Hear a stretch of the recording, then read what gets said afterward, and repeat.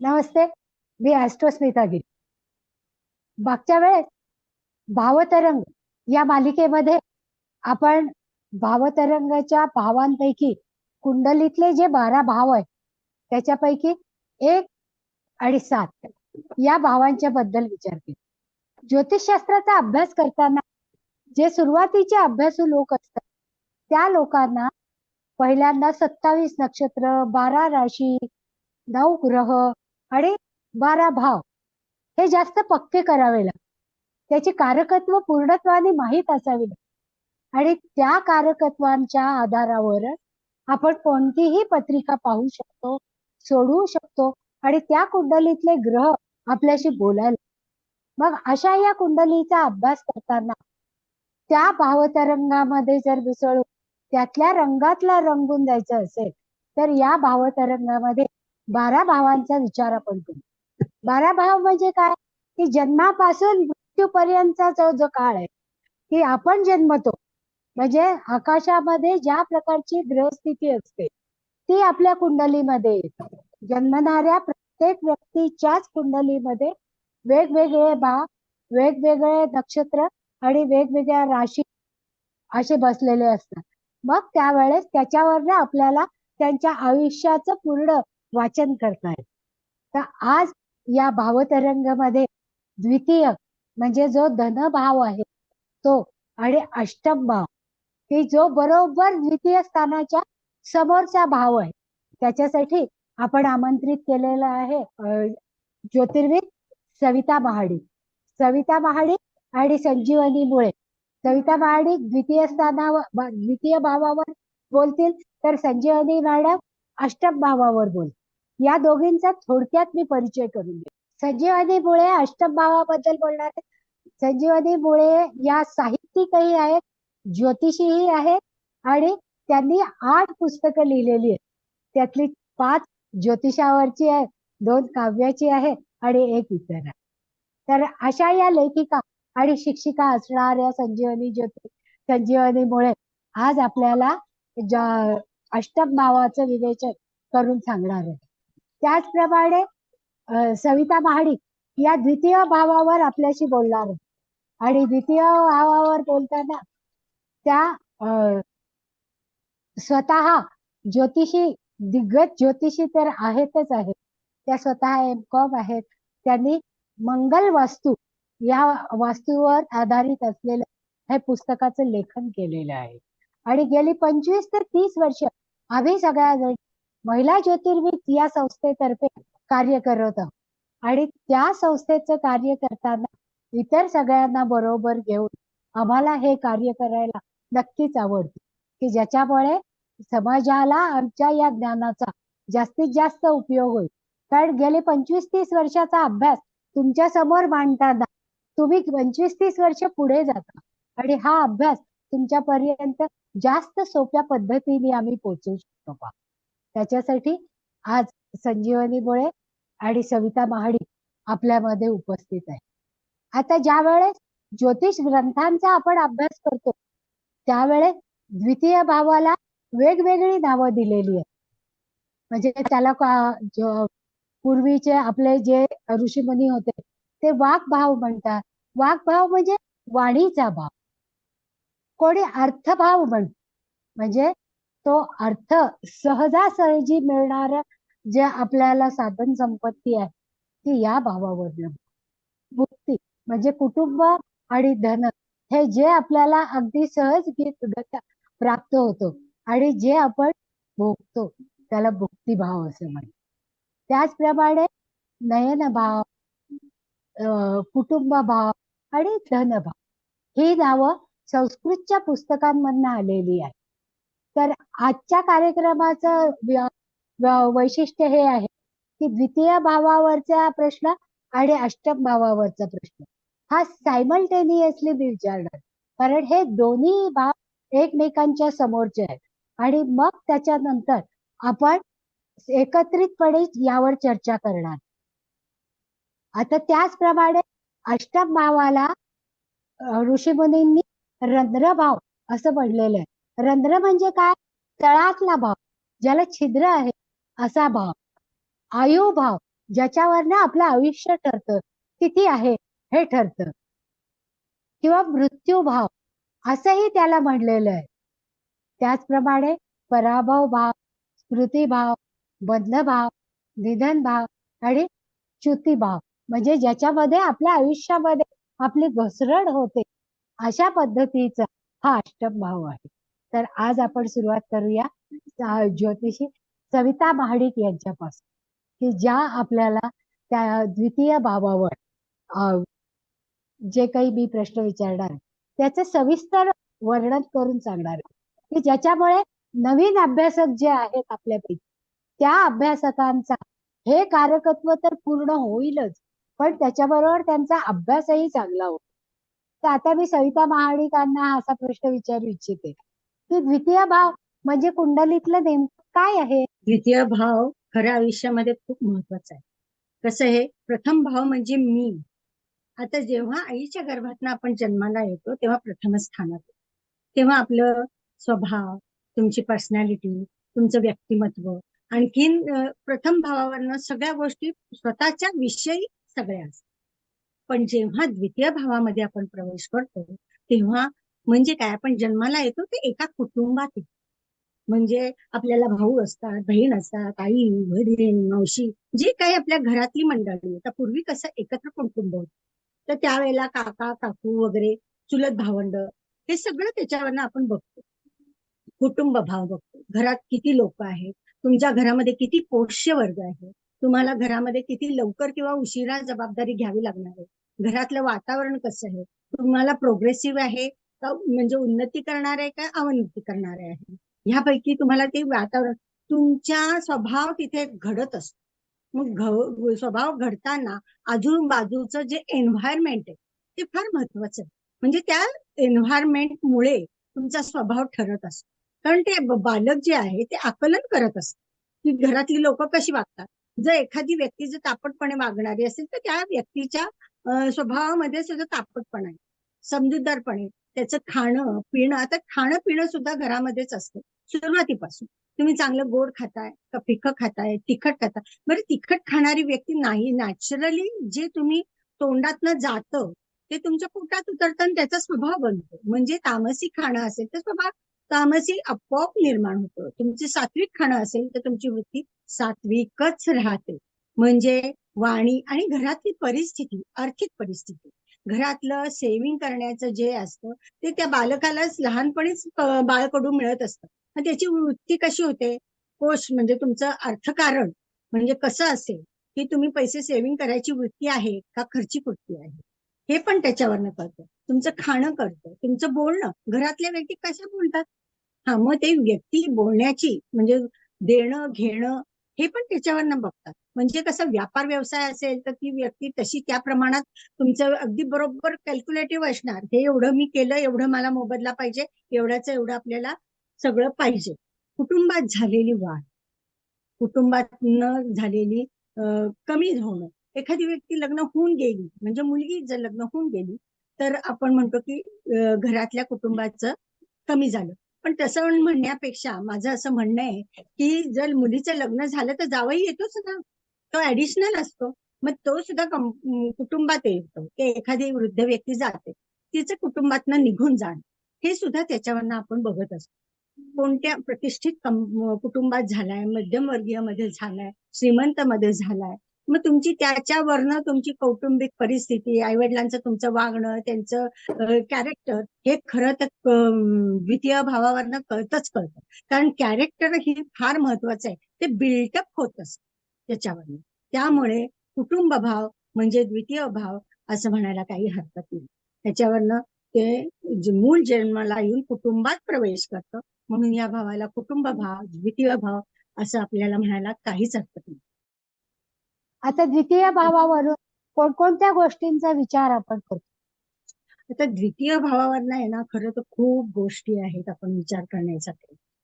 कुटुंबाचा विचार करताना कुटुंबातल्या व्यक्ती, कुटुंबातलं वातावरण, लहान कुटुंब किंवा मोठं कुटुंब तसं, किंवा कुटुंबातले व्यक्तींचा स्वभाव, तापटपणा किंवा समजूतदारपणा, हे तर आहेच आहे. आर्थिक परिस्थिती, नंतर तुमचं मगाशीच सांगितलं मी कोश म्हणजे आपलं सेव्हिंगची पद्धती, बोलण्याची पद्धती, पूर्वार्जित द्रव्य, तुमच्या घरामध्ये जे पहिलं असतं द्रव्य, धन धान्य समृद्धी, हे सगळं द्वितीय स्थानावरनं आपण बघायला लागतो. तुमचे कपडे लत्ते, नंतर दागिने, हे सगळं त्याच्यावरनं आपल्याला तुमची आर्थिक परिस्थिती, कमवण्याचं तुमचं जे काही साधन आहे त्याच्यामधनं तुम्हाला किती पैसा मिळणार हे त्याच्यावरनं बरोबर कळतं. तुम्ही शेअर्स मधनं मिळवणार आहात का कुठल्या बोलक्या विद्ये मिळवणार आहेत, कम्युनिकेशन आहे. बोलकी विद्या म्हणजे तुमचं कन्सल्टन्सी आहे, वकील आहे, डॉक्टर आहे, नंतर म्हणजे ज्या बोलण्यात, आता व्यापारी तर सगळं देवघेव करतात ते बोलण्यातूनच करतात. कधी कधी लेखनात नाही तुमचा व्यवहार चालू शकतात, ते सुद्धा तुम्हाला ह्याच्यामधनं कळत असतं. घर तुमचं कसं आहे, घराणं तुमचं कसं आहे, ते सुद्धा आपण ह्याच्यावरनं बघू शकतो. गहाण खाते, कर्ज घेतलेली किंवा काय, त्याच्यावरनं किती रक्कम तुम्ही कर्जबाजारी आहात किंवा नाही.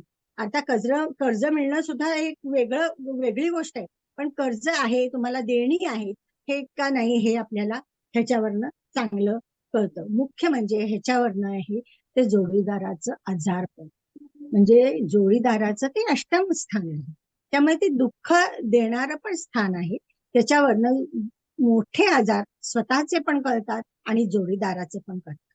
म्हणजे हे द्वितीय स्थान आपण ज्या अँगलनी बघू त्या अँगलनी मोठं मोठं होत जातं. आणि मूळ म्हणजे सगळी पत्रिका बघता बघता एखादा प्रश्न असेल तर त्याला सपोर्टिव्ह स्थान पण असतात की जे अष्टम स्थान पण आहे, तर ते सुद्धा त्याच्याबरोबर घ्यावं लागतं. म्हणून आपण द्वितीय आणि अष्टम हे दोन घेतलेले आहेत. तसंच भावात भाव, लग्नाचं द्वितीय, सप्तमाचं अष्टम, असं सुद्धा आपण बघून ते घेऊ शकतो. जसं दशमाचं ते पंचम स्थान, म्हणजे तुम्ही दशमामध्ये तुम्ही काय कर्तृत्व करता, तुमचं तुम्ही काय काम करता, मग त्याच्यातनं तुम्हाला जे मिळतं, लाभ मिळतात किंवा त्याच्यातनं तुम्हाला जे काही मिळणार आहे, जे काही थोडंफार तुमचे तुम्ही कसं काम करतात ते पण तसं होऊ शकतं. त्याच्यानंतर भाग्याचं परत आहेच आहे षष्ठ स्थान. म्हणजे ह्याप्रमाणे जर आपण बघत गेलो तर खूप वाढेल. तर आपण एवढंच बघूया, द्वितीय स्थान आणि अष्टम स्थान. तर ह्या गोष्टी, पूरक स्थान हे आपण अष्टम स्थान म्हणून गणलं गेलेलं आहे. त्याच्यावरनं आजारपण, घरातले ज्येष्ठांचे आजार, हे सुद्धा आपण याच्यावरनं बघू शकतो. जसं पॉझिटिव्हिटीने बघतोच तसं निगेटिव्हिटी मध्ये कसं ह्या व्यक्तीला जर आजारपण असेल तर आपल्याला त्याच्यातनं तिला कसं बरं करायला किंवा काय गोष्टी केल्याने ह्या व्यक्तीला रिलॅक्सेशन मिळेल. हे बघा, कोणी मृत्यू थांबूच शकलेलं नाहीये जगामध्ये, कोणी नाही, पण त्या व्यक्तीला रिलॅक्सेशन मिळणं हे फार महत्वाचं असतं की ज्यातून सुकरता म्हणतो आपण, ते ह्या स्थानावरनं आपण बघू शकतो. खूप भाऊबंदकी छान पण आहे सविता मॅडम. ह्याच्यावर, बर का, ह्याच्यावरनं भाऊबंदकी आहे, भावंडांचं वैर आहे, ह्या गोष्टी सुद्धा आपल्याला ह्याच स्थानात, कारण कुटुंब आहे, कुटुंबातल्या चांगल्या आणि वाईट दोन्ही गोष्टी आपल्याला या गोष्टी स्थानावरनं बघायला मिळतात. खूप छान सविता मॅडम, तुम्ही सगळ्या अँगल द्वितीय भाव सांगितले. ते जे फक्त मी म्हणलं ते सहज धन मिळाले, मग ते आरोग्याचं असेल, संपत्तीचं असेल, कुटुंबाचं असेल, भावंडांचं असेल, सगळ्याच एरिया मधले हे द्वितीय असतात. सगळ्या अँगलनी कशा पद्धतीने ते बोलतं, या गोष्टी तुम्ही अगदी विस्तृतपणे सांगितल्या. बरोबर आहे. ते नैसर्गिकच आहे ना, जे तुम्हाला इनबिल्ट मिळालेलं आहे. सहज म्हणजे काय, तुम्ही जन्मता आहात तुम्हाला मिळालेल्या गोष्टी, जन्मल्यावर मिळालेलं कुटुंब, तर त्याच्यात नाही सगळे भाव येणारच. बरोबर आहे अगदी. आता संजीवनी मॅडम कडे जाऊ. संजीवनी मॅडम, जसं द्वितीय भावासमोरच्या अष्टम भाव, हे दोन भाव एकमेकांना अतिशय पूरक आहेत असं आपण म्हणलं. आपण त्यांची जुनी नावं पण पाहिली आणि आपण नेहमी वापरतो ज्या ज्योतिष सांगताना ती सगळी नावंही आपण सांगितली. तर अष्टम भाव म्हणजे नेमकं काय, आणि आधी तृतीय अष्टम भाव म्हणजे काय याच्याबद्दल तुम्ही माहिती द्या. मग आपण पुढचा प्रश्न. खरं अष्टम भावाची जुनी नावं तू सांगितलेलीच आहे बरं का. आपली लग्न पत्रिका ना ही संपूर्ण 12 भावात विभागलेली आहे. का बरं 12 भागात विभागली? कारण आपलं जीवन जे आहे ना हे कुठल्या एका गोष्टीवर डिपेंड नाही. आपल्या आयुष्यातल्या इच्छा, आकांक्षा, आपल्याला मिळणारं सुख आणि त्याचं डिव्हायडेशन या 12 भावात ज्योतिषांनी केलेलं आहे. मग प्रथम भावाला काय, द्वितीय भावाला काय, तृतीय भावाला काय, तसं अष्टम भावाला पण आपण काय म्हणणार बरं? तर त्यांनी अष्टम भाव हा मृत्यूचा भाव दिलेला आहे. मग अष्टम भावाला मृत्यू स्थान म्हणतो आपण, आयुष्य स्थान म्हणजे आयुष्य किती राहील, तुम्ही किती वर्ष जगणार, हे पण आपल्याला अष्टम स्थानावरून बघता येतं. त्रिक स्थान याला म्हणतात, म्हणजे 6, 8, 12 3 स्थानातलं हे त्रिक स्थान आहे. या स्थानाला आपण काही खूप शुभ समजत नाही, पण जसं म्हणतो ना आपण प्रत्येक नाण्याच्या 2 बाजू असतात, तशी या अष्टम भाव काय कुठल्याही भावाच्या 2 बाजू असतातच. कुठे शुभ तर कुठे अशुभ तुम्हाला रिझल्ट मिळत राहतात. तर आपण याला सरळ म्हटलंय मृत्यू स्थान आहे, आयुष्य स्थान आहे, त्रिक स्थान आहे, फणकर स्थान पण याला म्हणतो आपण. पण हा भाव पूर्णतः अशुभ आहे अशी डेफिनेशन करणं इट्स रॉंग. कारण कुठल्याही अशुभतेला एक कुठेतरी शुभत्वाची किनार असते ना, तसंच अष्टम भावाला पण ना शुभत्वाची किनार आहे. या अष्टम भावावरून तर आपण किती गोष्टी पाहतो, अनलिमिटेड गोष्टी या अष्टम भावावरून आपल्याला पाहता येतात. आपण फक्त एकच धरून ठेवलं की हे मृत्यू स्थान आहे, पण एवढंच खरं नाही आहे. कारण हे मृत्यू स्थान आहे, तर मृत्यू तुम्हाला कशामुळे येणार, कोणत्या परिस्थितीत येणार, कोणता आजार होणार, या सगळ्या डेफिनेशन तुम्ही अष्टम वरतून पाहू शकता.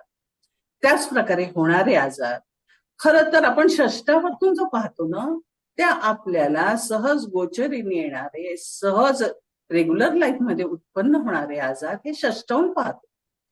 पण जसा हाच ग्रह किंवा हीच कुठली गोष्ट याच्यातली महत्वाची म्हणा, आता गुरु म्हणा, शनी म्हणा, हा सप्तमातनं भ्रमण करून अष्टमात येतो ना, तेव्हा तो दीर्घ आजाराकडे वळतो. म्हणजे आपण असं म्हणतो की षष्टातला जो आजार आहे तो तुम्ही औषधाने रेग्युलर, मला सर्दी पडसं खोकला झाला, मी औषध घेतली बरी झाली, किंवा टेम्पररी मला कुठल्या गोष्टी आजाराच्या झाल्या, 4 दिवस ताप आला किंवा काय झालं, तर त्या षष्टावरतून आपण ते बघू शकतो. पण अष्टम स्थान हे दीर्घ याच आहे रोगांचं, म्हणजे तुम्हाला अंथरुणावर खिळून ठेवणारे रोग हे अष्टम स्थानावरतून आपल्याला पाहता येतात. मृत्यू पाहता येतो, दुसरं गुप्त रोग पाहता येतो. मग आपण म्हणू आता हे काय गुप्त रोग हे जे आहे आजार, हा आपण कशा प्रकारे पाहणार? कारण हा ना अष्टम भाव जो आहे ना, हा गुप्तांगाचा असल्यामुळे हे सेक्स सुखाकरता सुद्धा हा भाव खूप महत्वाचा आहे. तुमचं फिजिकल रिलेशनशिप कसं असणार याकरता सुद्धा हा महत्वाचा आहे. मग जिथे फिजिकल रिलेशनशिप येतं तिथे गुप्त रोग येण्याची शक्यता 90% असतेच. त्यामुळे हा अष्टम भाव फक्त मृत्यूपुरता मर्यादित आहे असं. मृत्यू हे सत्य आहे. तुम्हाला जन्म घेतलाय, मृत्यू येणार, आज येणार, उद्या येणार, केव्हा कधी येणारच. पण हा मृत्यू तुम्हाला कोणत्या ग्रहाच्या आजाराने, कुठल्या प्रकारे, कसा येणार, त्याचा अवधी काय असेल, कालखंड काय असेल, या सगळ्या गोष्टी आपण अष्टम भावावरून पाहतो. सगळ्यात गंमत ही आहे की तुम्ही मृत्यूपत्राद्वारा मिळणारं धन अष्टमात आहे की नाही. म्हणजे कोणी जर मृत्यूपत्र करून ठेवलं आणि ते धन मिळणार असेल तर तुम्ही अष्टमातनं पाहता. सेक्स सुख तुम्हाला मिळणार नाही, आहे की नाही. तुमच्या आयुष्यात शारीरिक सुखाची मात्रा किती असेल, कशी असेल, हे सुद्धा आपल्याला अष्टम स्थानावरून पाहता येईल. माझा तर असा अनुभव आहे की कॉमन सेन्स पण आपल्याला अष्टमावरून पाहायला पाहिजे. सर्वसाधारण तुमची नॅचरल बुद्धिमत्ता आपण तृतीय स्थानावरून पाहतो, पण हा अष्टम स्थानातला जर ग्रह हा चुकीच्या जागी पडला, आपण असं म्हणतो, किंवा दशमात पर्यंत पडला तरी त्याची सारासार विवेक बुद्धी आहे ना, ती त्या प्रमाणात हँडल करता येत नाही, असा माझा अनुभव आहे. गुप्तधन प्राप्त होत, जमिनीच्या आतमधल्या गोष्टी खनन करणे, खननाद्वारे मिळणारं धन पण आपण अष्टम स्थानावरून बघू शकतो. म्हणून हा काय होतो भाव, अचानक धन लाभ. कशाचा आहे, अचानक धन लाभ देतो. त्यामुळे जमिनीच्या आतमधलं गुप्त धन तुम्हाला प्राप्त होऊ शकतं. अजून एक गंमत म्हणजे आता मृत्यू करता करता तुम्हाला आर्थिक परिस्थिती तुमची कशी आहे, काय, कुठून धन मिळवू शकतो, याच्याकरता पण हा महत्वपूर्ण भाव आहे. जसं शेअर मार्केटमध्ये तुम्ही पैसे गुंतवले तर ते तुम्हाला फायद्याचे आहे की नाही आहे, त्यातनं तुम्हाला धन लाभ मिळणार की नाही, ही सुद्धा गोष्ट आपण अष्टम स्थानावरून पहा. मग काय फक्त शेअर मार्केट पर्यंतच मर्यादित आहे का? नाही. तर पेन्शन मिळणार की नाही, केव्हा मिळणार, पेन्शन मधले अडचणी केव्हा आहेत, त्या अडचणी कशा दूर करायच्या, हे सुद्धा आपण अष्टम स्थानावरून पहा. प्रॉव्हिडंट फंड मिळणार की नाही, प्रॉव्हिडंट फंडाचा अवधी किती आहे, किती प्रमाणात मिळणार, आणि सगळ्यात महत्वाचं म्हणजे हा समाधीचा पण योग आहे याच्यात, की अष्टम स्थानातनं तुम्ही जेव्हा अगदी आपल्याला खूप आजार होतात, खूप त्रास होतो, किंवा अगदी विचाराची दिशा आपली अशी कंटाळवाणी होते, तेव्हा समाधी किंवा कुठल्या तरी अध्यात्माचा असल्यामुळे समाधी हा प्रकार अध्यात्माशी संबंधित येतो. आता तो अध्यात्माशी संबंधित कसा येईल हे मी पुढे सांगतो, पण हा समाधीचा पण यातनं बघितल्या जातो. दुसरं सर्पदंश, विष प्रयोग, अपघाती मृत्यू किंवा फसवणूक करून येणारे मृत्यू, हे सुद्धा आपल्याला याच्यावरून बघता येतात. व्यसन, चुकीचे व्यसन लागणे, कारण हा सेक्स चुकाचा भाव आहे, मग त्याचा नाद लागणे किंवा त्या बाबतीत माणूस व्यसनी होणे, हा भाव सुद्धा आपण अष्टमावून पाहू शकतो. संकट येतात अचानक, आपल्या लक्षात नाही येत, पण अचानक येणारे संकट पण याच्यातनं पाहिल्या जातात. भूत प्रेत बाधा पण याच्याहून आपण बघतो. कशाहून बघतो? भूत प्रेत बाधा पण आपल्याला अष्टम स्थानावरून बघता येईल. तंत्रमंत्रामध्ये आपल्याला काही पॉवर मिळते का, किंवा ती सिद्धी आपल्याला प्राप्त होते का, याचा पण विचार याच्याहून केल्या जातो. रिश्वत घेणे आणि देणे, दुसऱ्या मार्गाने येणारा अचानक पैसा, म्हणजे काय, लाच घेणे आणि देणे, या बाबतीत पण याच्यावर विचार केला जातो. पण हा भाव इतका गूढ आणि आपण असं म्हणतो की सखोल विचार करायला लावणारा असल्यामुळे रिसर्च साठी सुद्धा आपण याची म्हणजे या भावाचा विचार करू शकतो.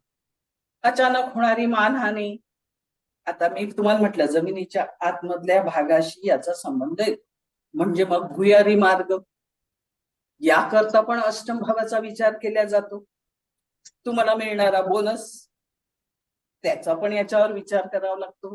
प्रॉव्हिडंट फंड, आजकालच्या जगामध्ये प्रॉव्हिडंट फंड, शेअर मार्केट याला जास्त व्हॅल्यू आली, त्यामुळे अष्टम भाव या कालखंडात कलियुगामध्ये अधिक पॉवरफुल होतो आणि त्याचा आपल्याला या दृष्टीने विचार करता येतो. चिंता, आता नॅचरल तुम्हाला दीर्घ आजार झाला, रोग झाला, त्रास झाला, तर तुम्हाला चिंता येणार आणि तुमचं रेग्युलर लाईफ डिस्टर्ब होणार. स्त्री धनाचा लाभ हा एक महत्वाचा आहे.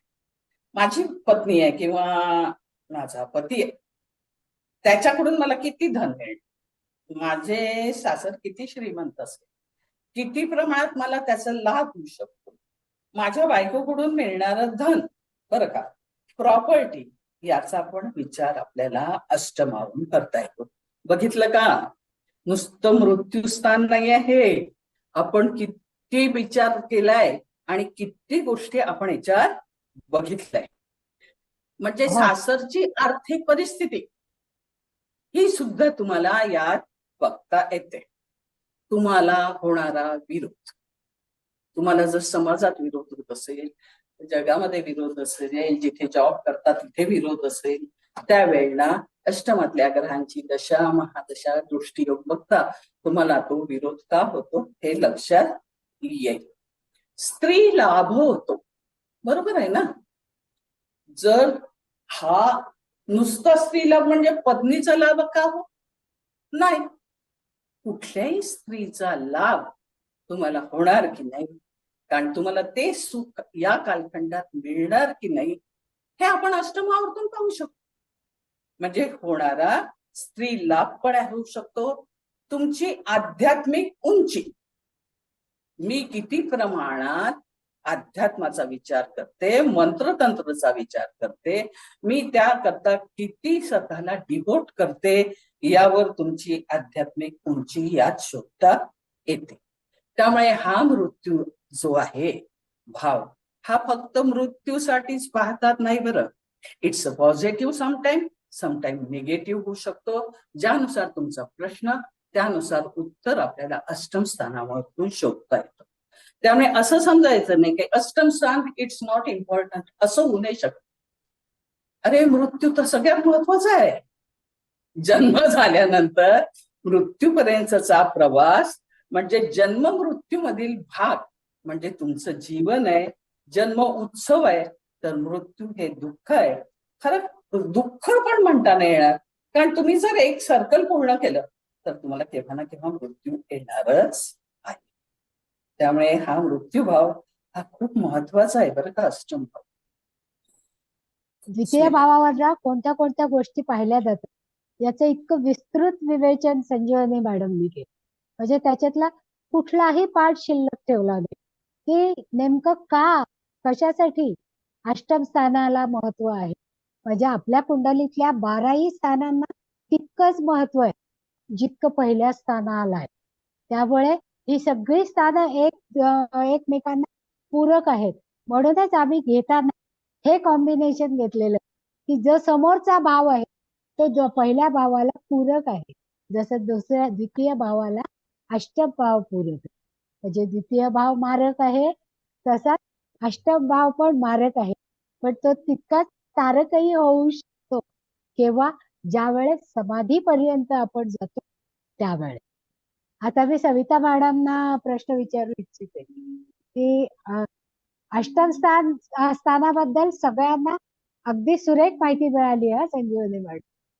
आता सविता मॅडमना द्वितीय भावाला धनस्थानच म्हणतात, या मागचं कारण काय आहे? खरं ना, द्वितीयावरनं शिक्षण पण बघतात. शिक्षण बघतात म्हणजे तुमचं शिक्षण कुठल्या ठिकाणी झाले, काय झाले. म्हणजे शाळेमध्ये शिक्षणामध्ये तुम्हाला जेव्हा बक्षीस मिळतात, एन्करेज करतात, तर हे स्थान कसं आहे की धनच आहे ना. विद्या हे मोठं धन आहे की जे आयुष्यभर जे न चोरता येण्यासारखं धन आहे. शाबासकी मिळणं ही त्या व्यक्तीला पर्सनली मिळते, म्हणजे त्याच्यातनं एन्करेजमेंट होत असते. आपली परिस्थिती घरातली कशी आहे ते कळतं. म्हणजे तुमची इनबॉर्न तुम्ही सोन्याचा चमचा घेतलाय का चांदीचा चमचा घेऊन आलाय का मीडियम परिस्थिती आहे, तुमचं अन्न पाणी कसं आहे, घरातलं खाणं कसं आहे, स्टँडर्ड ऑफ लिव्हिंग कसं आहे, हे सगळं आपल्याला कुटुंबातनं कळतं.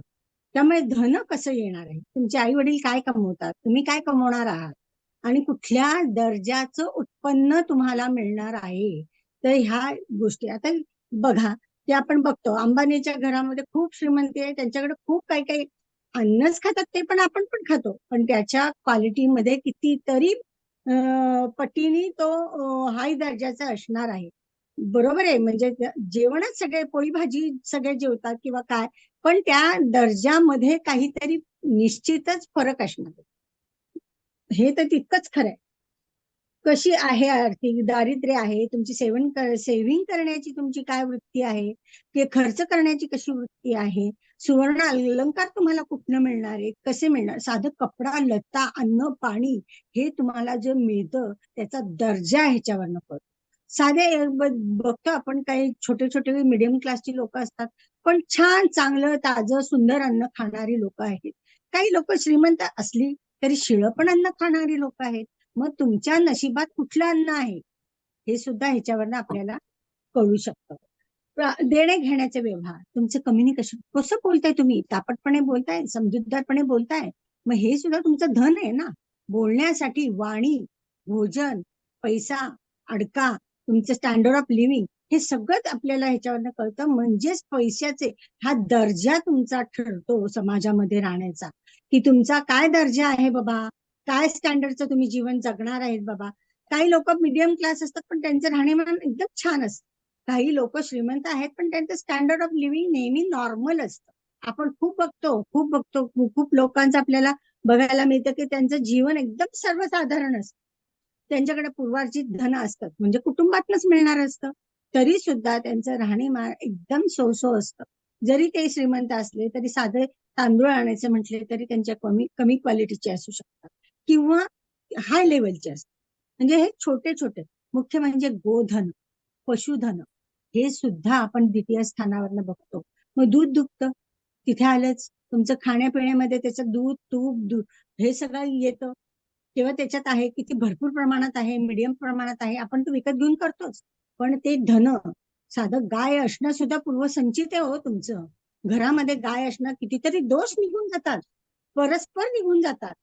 आणि हे पशु, साधं कुत्रा घ्या किंवा कोणी घ्या, मांजर घ्या, ते संकट यायच्या आधी ते प्राणी आपल्यावर घेत असतात आणि मग ते संकट घरात घुसू शकत नाही, ते आपल्यावर घेतात, म्हणून ते संकट दूर होतं. आपल्याला कितीतरी गोष्टी कळत नाही, घरामध्ये पावित्र्य कसं आहे, घरातलं वातावरण कसं आहे, तुमचं रोज घरामध्ये देवपूजा होते की नाही, त्याचं स्तोत्र वाचलं जातं की नाही, हे कसं घरातलं कुटुंबातलं तुमचं वातावरण आहे.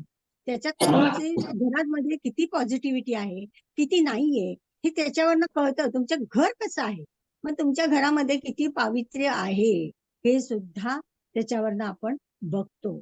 धनासंबंधी कुठल्याही प्रकारचं धन कसं आहे, किती मिळणार आहे आणि धन मिळवण्याचा मार्ग कुठल्या आता कितीतरी वेळा आपण बघतो, आता मॅडमनी सांगितलं अंडर हँड डिलिंग आहेत किंवा काय, म्हणजे त्यातल्या अंडर हँड डिलिंग मधनं सुद्धा तुम्हाला उत्पन्न मिळतं, ते धनस्थानात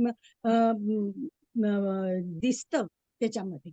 म्हणजेच काय, तिथे अंडर हँड डिलिंग होणार आहे किंवा नाही अष्टम स्थान आहे, बट ते मिळणार आहे किंवा नाही ते आपल्याला धनस्थानावर मिळतं. म्हणजे कुठल्या मार्गाने मिळणार आहे हे आपल्याला त्या स्थानावरनं मिळतं. कुठली अगदी बारीकची सुई पासून ते मोठ्या मोठ्या सोनं नाणं, अगदी मशिनरी म्हणा किंवा अगदी पिन टू अगदी मोठ्या मोठ्या इंजिनिअरिंग पासून जी येणाऱ्या गोष्टी घरामध्ये आहेत, त्या सगळ्या धनस्थानात. ज्या आता हल्ली अम्युनिटीज खूप असतात, त्या म्हणजे सुखकर तुम्हाला कम्फर्टसाठी केलेला खर्च, म्हणजे उत्पन्न असल्याशिवाय तुम्ही खर्च कराल का? खर्च करण्याची जी कपॅसिटी आहे ती धनस्थानावर. म्हणजे विद्यान्तन मिळवणार आहे काय, विद्या मिळणार आहे किंवा नाही, किती शिक्षण होणार आहे तुमचं, हे सुद्धा त्याच्यातनं मिळतं. तुम्हाला एन्करेजमेंट मिळणार आहे का, घरामध्ये वातावरण अशुभ आहे, म्हणजे अशुभ म्हणजे त्यांना खूप जबाबदारी असते घरामध्ये किंवा आणखीन काय, त्या गोष्टीवरनं त्यांना मग प्रगती लढण्यात जर तुमचं सगळं गेलं ना, तर प्रगती करायला तुम्हाला चान्स नाही मिळतो. त्यामुळे प्रगतीसाठी चान्स मिळण्यासाठी तुम्हाला लढायला कमी जर मिळालं, म्हणजे पोषक वातावरण तुम्हाला जर मिळालं, तर हे कुटुंब स्थानावरच खूप अवलंबून आहे. तेव्हाच तुम्ही मोठ्या मोठ्या विद्या घेऊ शकता, मोठे मोठे तुमचे संकल्प पार पाडू शकता. हे सगळं तुम्हाला कुटुंबावरूनच कळतं, असं मला वाटतं. हो, खूप छान सविता मॅडम. ते द्वितीय भावाला धनस्थान का म्हणतात, कारण धन सगळ्या प्रकारचे असतात. आचार, विचार, बोलणं, वागणं, या सगळ्या मधूनच आपल्याला धन मिळालेलं असतं. बुद्धीचं धन असतं. वैभव तर आहेच आहे, पण म्हणजे ज्या आपल्या अष्टलक्ष्मी आहेत त्या बरोबर 2 आणि 8 या ऍक्सेस मधल्याच आहेत, असं मला तरी कायम वाटतं की या सगळ्या अष्टलक्ष्मी तिथेच वसलेल्या आहेत. खूप छान सांगितलं तुम्ही की धनस्थानाला धनस्थानच का म्हणतात. आता आपण संजीवनी मॅडमना अष्टम भावाला बेसिकली मृत्यूचं स्थान किंवा मृत्यूचा विचार होतो असं आपण, किंवा मृत्यूतुल्य वेदना देणार ते स्थान आहे असं आपण म्हणतो. मग त्या मागचं कारण काय आहे? मृत्यू अटळ आहे. जन्म होताच ठरलं असतं तुम्ही केव्हा मरणार. त्यामुळे हे अगदी सत्य असल्यामुळे ते सहज स्वीकारणं गरजेचं आहे. हा भाव पत्रिकेत कुठे ना कुठे ज्योतिषाला टाकायचाच होता, पण अष्टम भावच का टाकले हा प्रश्न येणं स्वाभाविक आहे. आता आपल्या पत्रिकेमध्ये 12 भावाला आपण 4 गोष्टीत डिवाइड केलं. धर्म त्रिकोण, अर्थ त्रिकोण, काम त्रिकोण आणि मोक्ष त्रिकोण. मोक्ष त्रिकोणाचे 3 भाव म्हणजे कोणते? 4, 8, 12. मग 4, 8, 12 मध्ये आपण खरं चतुर्थ भाव कशा करता पाहतो मेनली, अगदी डीप मध्ये असं जाणार नाही आपण. चतुर्थ भाव हा स्त्री वर्ग, आई तुमची, तुमच्या संपर्कात येणाऱ्या अन्य स्त्रिया, पत्नी नाही म्हणत आहे, असा स्त्री वर्ग. दुसरं कुटुंब म्हणजे कुटुंब, धनस्थान, कारण तुम्हाला कुठून मिळणार आहे? वाहन मिळणार आहे, तुम्हाला जमीन जुमला म्हणजे धनच मिळणार आहे इनडायरेक्टली. म्हणजे जमीन होईल की नाही, घर होईल की नाही, वाहन मिळेल की नाही, म्हणजे ह्या सुखाच्या गोष्टी सगळ्या, म्हणजे भौतिक सुखाच्या गोष्टी. आणि जनसंपर्क म्हणजे चतुर्थ स्थान हे पूर्णतः कुटुंबाच्या सगळ्या दिशेच्या सगळ्या बाबीचं परिपूर्ण स्थान असं म्हणता येईल. लोकांशी संपर्क हवा असतो, गाडी हवी असते, घर हवं असतं, या व्यतिरिक्त आपली आई म्हणजे प्रेम, वात्सल्य, स्नेह, या 4 गोष्टी मिळाल्या की आणखी काही कमी झालं बाकी असलं ना तरी चालेल, असं हे कुटुंब स्थान.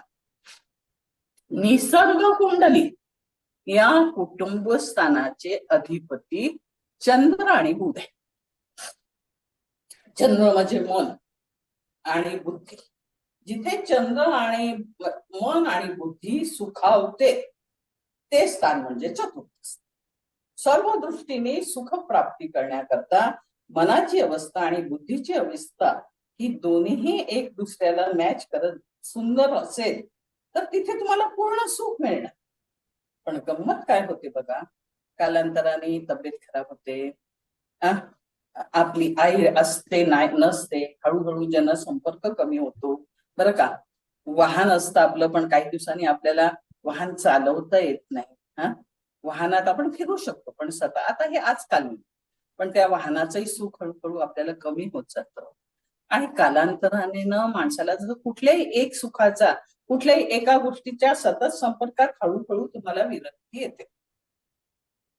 जेव्हा तुम्ही हळूहळू विरक्त व्हायला लागता मनाने, बुद्धीने, लोकांच्या संपर्कात जेव्हा तुम्ही विरक्त व्हायला लागतात, विरक्त म्हणजे काय, निवृत्त.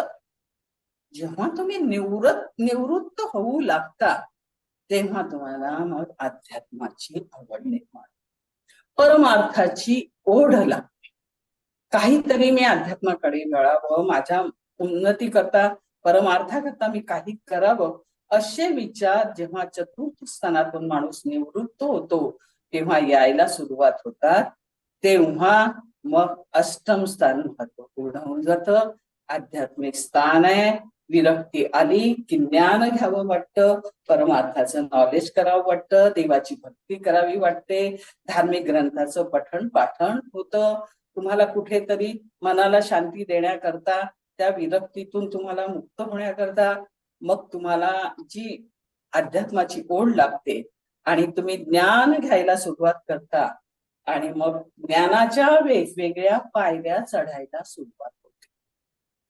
म्हणून अष्टम स्थान काय की जिथे तुम्हाला पूर्णतः ज्ञान प्राप्त झाल्यानंतर, त्याच्या पायऱ्या चढल्यानंतर मग त्या विरक्तीतनं ते मृत्यूतुल्य, म्हणजे अगदी आपल्याला आता गेलं तरी चालतं अशी मनाची अवस्था जेव्हा अष्टमात होते तेव्हा तिथे मृत्यूला माणूस सहज स्वीकारतो बरं का.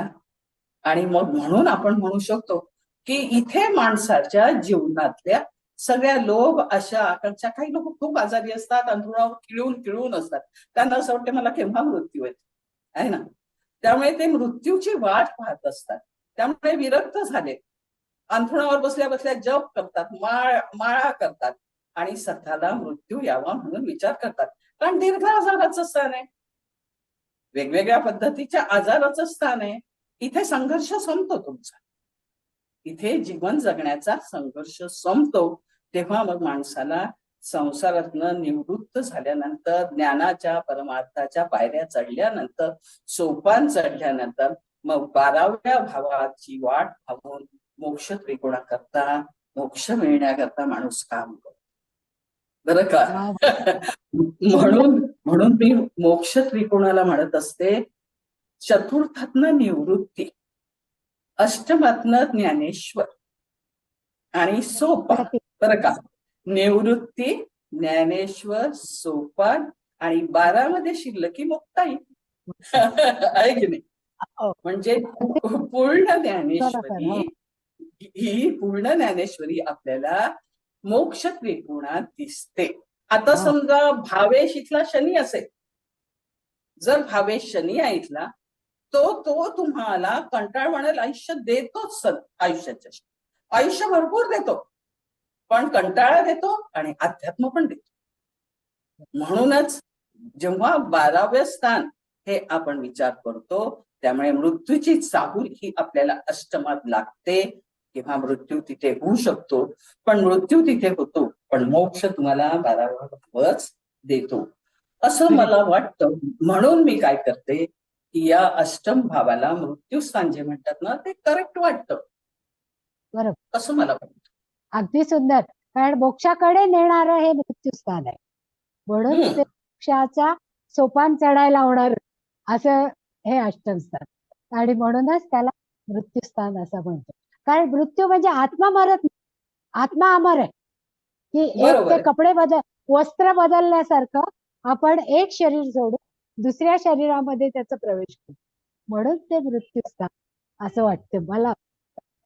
आता म्हणून आपण मी म्हटलं सविता, ना की हे हा, मृत्यूस्थान काय आहे त्याचं खरं हे परफेक्ट उदाहरण असू शकतं. ती बरोबर. हो. म्हणजे नवीन शिकणाऱ्या लोकांना ही कारकत्व अगदी बिंबवली गेलेली आहे, की ज्याच्यामुळे त्यांना आता प्रत्येक गोष्टीचा खोलावर जाऊन विचार करता येतो आणि हो, साकल्याने सगळ्या गोष्टींचा विचार करता. छान, खूप करेक्ट. संजीवनी मॅडम. आता सविता मॅडम ना, कारण यालाच अवलंबून, याच्यावरच अवलंबून असणारा हा प्रश्न आहे. द्वितीय स्थान हे बारक स्थान आहे, याचं कारण काय? अरे बापरे. नेमकं कारण काय? हा. कारण आपण म्हणतो की कनक आणि कांता हे आपण इथून, खरंय. मारक स्थान हे म्हणण्याचं कारण पहिली गोष्ट काय आहे माहिती, द्वितीय स्थान भावात भाव जेव्हा आपण बघतो तेव्हा सप्तमाचं ते अष्टमाचं स्थान, घरामधला आजारपण हे आपल्याला तिथे दिसतं, मान अपमान हे पण तिथेच आहे. म्हणजे काय, परत तिथे अपमान ही गोष्ट निराशाजनक आहे. तुम्हाला एन्करेजमेंट नाही मिळणं, खच्चीकरण करणं हे सुद्धा अपमानजनक आहे. म्हणजे तुम्हाला प्रगती करायला तिथे चान्स मिळत नाही, विद्या न मिळणे हे सुद्धा दुःख आहे, अपमान आहे. म्हणजे तुमची प्रगती करायला तुम्हाला तिथे मिळतच नाही ना. जे तुमच्यातली आतली हुशारी निघायला पाहिजे तिथले हे वातावरण तुम्हाला खच्चीकरण करतं. काय तुला काहीच येत नाही झालं. हे त्या छोट्या मुलाचं काय झालं, लहान मुलांना जर तुम्ही असं बोललात, आपण लहान मुलाला सहज म्हणतो छान चित्र काढले, पण इथे काय होतं, उलट होतं की काय तुला काहीच येत नाही, तुला काही जमतच नाही. तीव्र दुःखाचं स्थान म्हणून आपण जे म्हणतो ते अष्टम स्थान. म्हणजे सप्तमाचं अष्टम आलं, सप्तम भाव जो आहे तो आपल्यावरच अवलंबून आहे. मग सप्तमाला दुःख झालं तर आपल्याला नॅचरल दुःख होतं. त्या जर जोडीदाराला जर तीव्र दुःख झालं, आपल्याला किती होणार, त्याचं दुःख बघून आपल्याला दुःख हे होणारच. किंवा घरातल्या कोणालाही आजारपण आलं, वाईट वाटलं, तरी ते दुःखाचं स्थान म्हणतं. आपल्या काही अपेक्षा असतात, कुटुंबाकडनं अपेक्षा असतात, त्या अपेक्षा भंग होणं म्हणजे काय, तर ते सुद्धा दुःख आहे. तुमच्या महत्वाकांक्षा पूर्ण न होणं हे सुद्धा तुमचं दुःखच आहे. तुम्हाला जे स्वातंत्र्य पाहिजे, लक्षात घ्या, कुटुंब स्थान हे स्वातंत्र्याचं पण मानलं गेलेलं आहे. तर हे स्वातंत्र्य जर तुम्हाला काही गोष्टी करायला, घराच्या बाहेर नाही पडायचं, हे शिक्षण नाही घ्यायचं, इकडे नोकरी नाही करायची, हे बंधन जे काय आहे ते इनडायरेक्टली बंधन योगच आहे तो. म्हणजे तिथे जर तुम्हाला स्वातंत्र्य नाही मिळालं तर ते तुमचं बंधन योग आहे. तुमचं लहानपण कशावर जातं, तुमचा समजूतदारपणा त्याच्यावरच ठरतो. कारण जर तुम्हाला प्रगतीला वाव नाही मिळाला तर ती घुसमटच होणार ना. मग तुमचं ते एखादा वृक्ष जे वाढायला पाहिजे, फोपावला पाहिजे, तो फोपावत नाही, तर तिथे वाढ खुंटते. मग त्या झाडाला फुलं फळं किंवा ते बुद्धी चातुर्य वापरायला जर त्याला मिळालंच नाही तर तो काय करणार. विद्या घेण्यासाठी जर प्रचंड अडचणी येतील, जर एखाद्या बाळाला, एखाद्या मुलीला, एखाद्या मुलाला शिक्षण घेताना घरातलंच काम लागलं करायला आणि अभ्यासाला वेळच नाही मिळाला, परंतु परत त्या व्यक्तीला ते नाही तू हे केलंच पाहिजे, तू ते, त्या व्यक्तीला जर तुम्ही खत पाणी घातलं तर तो अभ्यास त्या व्यक्तीचा होतो. अदरवाईज मग लहानपणी जर राहिली कुठलेली वाढ, ती मोठी पुढे वाढत झाली तर ते कच्च कच्च राहतच राहतं. मग जेव्हा त्याला स्वातंत्र्यता मिळते तेव्हा ती व्यक्ती स्वतःचं शिक्षण घेते, स्वतःचं म्हणजे स्वतःचं बुद्धी चातुर्य तिथनं तेव्हा पण हे एन्व्हायरमेंट कुठे मिळतं, तर कुटुंबात मिळतं. घरातल्या आईवडिलांचे समजा आजारपण आहे, आजी आजोबांचं आजारपण आहे, ते आईवडिलांना तिथे तुम्हाला वेळ द्यायला पाहिजे ना, मिळायला पाहिजे. ते कसे तुम्हाला एनकरेज करणार, कसं काय करणार, आई वडीलच एवढं बिझी तर काय करू शकत नाही. दुसरी गोष्ट अशी आहे की इथे अपेक्षा आहेत आपल्या, मला कपडा मिळाला पाहिजे, मला लत्ता मिळाला पाहिजे, मला अन्नधान्य मिळालं पाहिजे, मला भारी कपडे मिळाले पाहिजे, रेशमी कपडे. चंद्रावरनं बघा, इथे द्वितीय स्थानात जर चंद्र असेल चांगला, एक्झॉल्टेड नाही, त्यांना रेशमी कपडे नेहमी मिळतात, खूप सुंदर मिळतात, दागदागिने मिळतात, सगळं त्यांना ऐश्वर्य प्राप्त होतं, खूप चांगल्या प्रकारे होतं. म्हणजे तुमच्या अपेक्षा फ्रुटफुल होण्याचं स्थान आहे. जर तुमचं म्हणजे हे पाहिजे ते पाहिजे, मला ऐशोआराम पाहिजे, शुक्र असेल तर तुम्हाला सगळं हे पाहिजे, कपडा पाहिजे, लत्ता पाहिजे, मला ऐशोआराम पाहिजे, फ्रीज पाहिजे, टीव्ही पाहिजे, फिरायला पाहिजे, मला मला मोठ्या मोठ्या हॉटेलमध्ये जायला पाहिजे, हे सगळं त्याच्यावरनं आपल्याला कळतं. आणि ते जर अपेक्षा आहेत. आणि हिंदू धर्म कसा आहे, मोक्षाची वाट चाल करणारा आहे, सगळं त्याग करायला शिकवतो. आपल्या घरामध्ये आपले आई वडील म्हणतात, आधी त्याला खायला दे, थोडं तुझ्यातला घासातला घास दे आणि मग तू खा. म्हणजे एका घासाचा त्याग का होईना आपल्याला लहानपणापासून शिकवलेला आहे. म्हणजे ते त्याग करा. तुम्ही मुलींनी ना सगळ्यांची सेवा केली पाहिजे, मुलांनी पण केलीच पाहिजे, पण हे आपल्याला त्याग करायला शिकवलेलं आहे. आणि त्यागाकडनं मोक्षाकडे जायला. म्हणजे अजून आपल्याला जरा स्वर्गाकडे जायचं असेल तर आपण म्हणतो मध्ये देश येतो, देशासाठी तुम्ही काय त्याग करा. त्यागासाठी जगणं, दुसऱ्यासाठी जगणं, जे काही मिळवणं ते आपल्या घासातला घास देशासाठी देणं, घासातला घास तुम्ही मोक्षासाठी देणं. म्हणजे वेळ देणं म्हणजे काय, तुम्ही प्रत्येक वेळेला पैसाच द्यायला पाहिजे असं नाही, तुम्ही द्या ना, नामस्मरण करा. ही जी जेव्हा ती वाट असते, तो वेळ असतो, तो पैसा असतो, ते त्याग भावना, ती मोक्षाकडे वाट चाल असते. तर आपल्याला हे पाहिजे ते पाहिजे ते पाहिजे, म्हणजे ते काय झालं, इथे अडथळा झाला, मोक्षाकडे वाटचालीचा अडथळा झाला. म्हणूनच मला असं वाटतं की मोक्षाकडे जाण्यासाठी हा मार्ग मारक आहे, म्हणून या स्थानाला मारक स्थान असं म्हणतात. कारण आजारपण आहे, दुःख आहे, अपेक्षा आहेत, सगळं मला पाहिजे पाहिजे हाव, सगळ्यात मुख्य म्हणजे हाव हे आहे इथे. त्यामुळे हे स्थान मारक स्थान म्हणून म्हटलं. खूप छान, खूप छान सविता मॅडम. कारण मारक स्थानाची इतकी चपखल व्याख्या तुम्ही केली की बस. कारण सगळ्याचा मोह हाच मारक आहे आणि तो अतिमोह आपल्याला मारक ठरतो, म्हणूनच हे मारक स्थान. आता आपण अष्टम स्थानाकडे जाऊ. आता अष्टम भावाला आपण नेहमी वारसा हक्काचं स्थान मिळतो, कोणाच्या तरी मृत्यूमुळे आपल्याला लाभ होतो, म्हणजे ते दुःखातून आलेला लाभ, तो काही सुखातून आलेला लाभ नसतो. तीव्र दुःख होतं आणि त्यातून आपल्याला लाभ होतो. मग अशा या हक्काविषयी अष्टम भावाला नेहमी निगेटिव्ह म्हणूनच संबोधलं जातं. पण जेव्हा आपण ही त्रिक स्थानं म्हणतो 6, 8, 12, त्यावेळेस त्याला एक निगेटिव्ह झलक ही असतेच. आणि ती जी किनार आहे ती अष्टम भावाची जरा जास्त उंचीची, म्हणजे तो मोक्ष त्रिकोणाचा मध्य असला तरी ती जी निगेटिव्हिटीची उंची आहे ती जरा जास्त आहे. तर या अष्टम भावाचा पॉझिटिव्ह विचार करायचा असेल तर कशा पद्धतीने? आता अष्टम भाव वारसा हक्काचं स्थान आहे का, खरं हा विचार करण्याचा प्रश्न आहे बरं.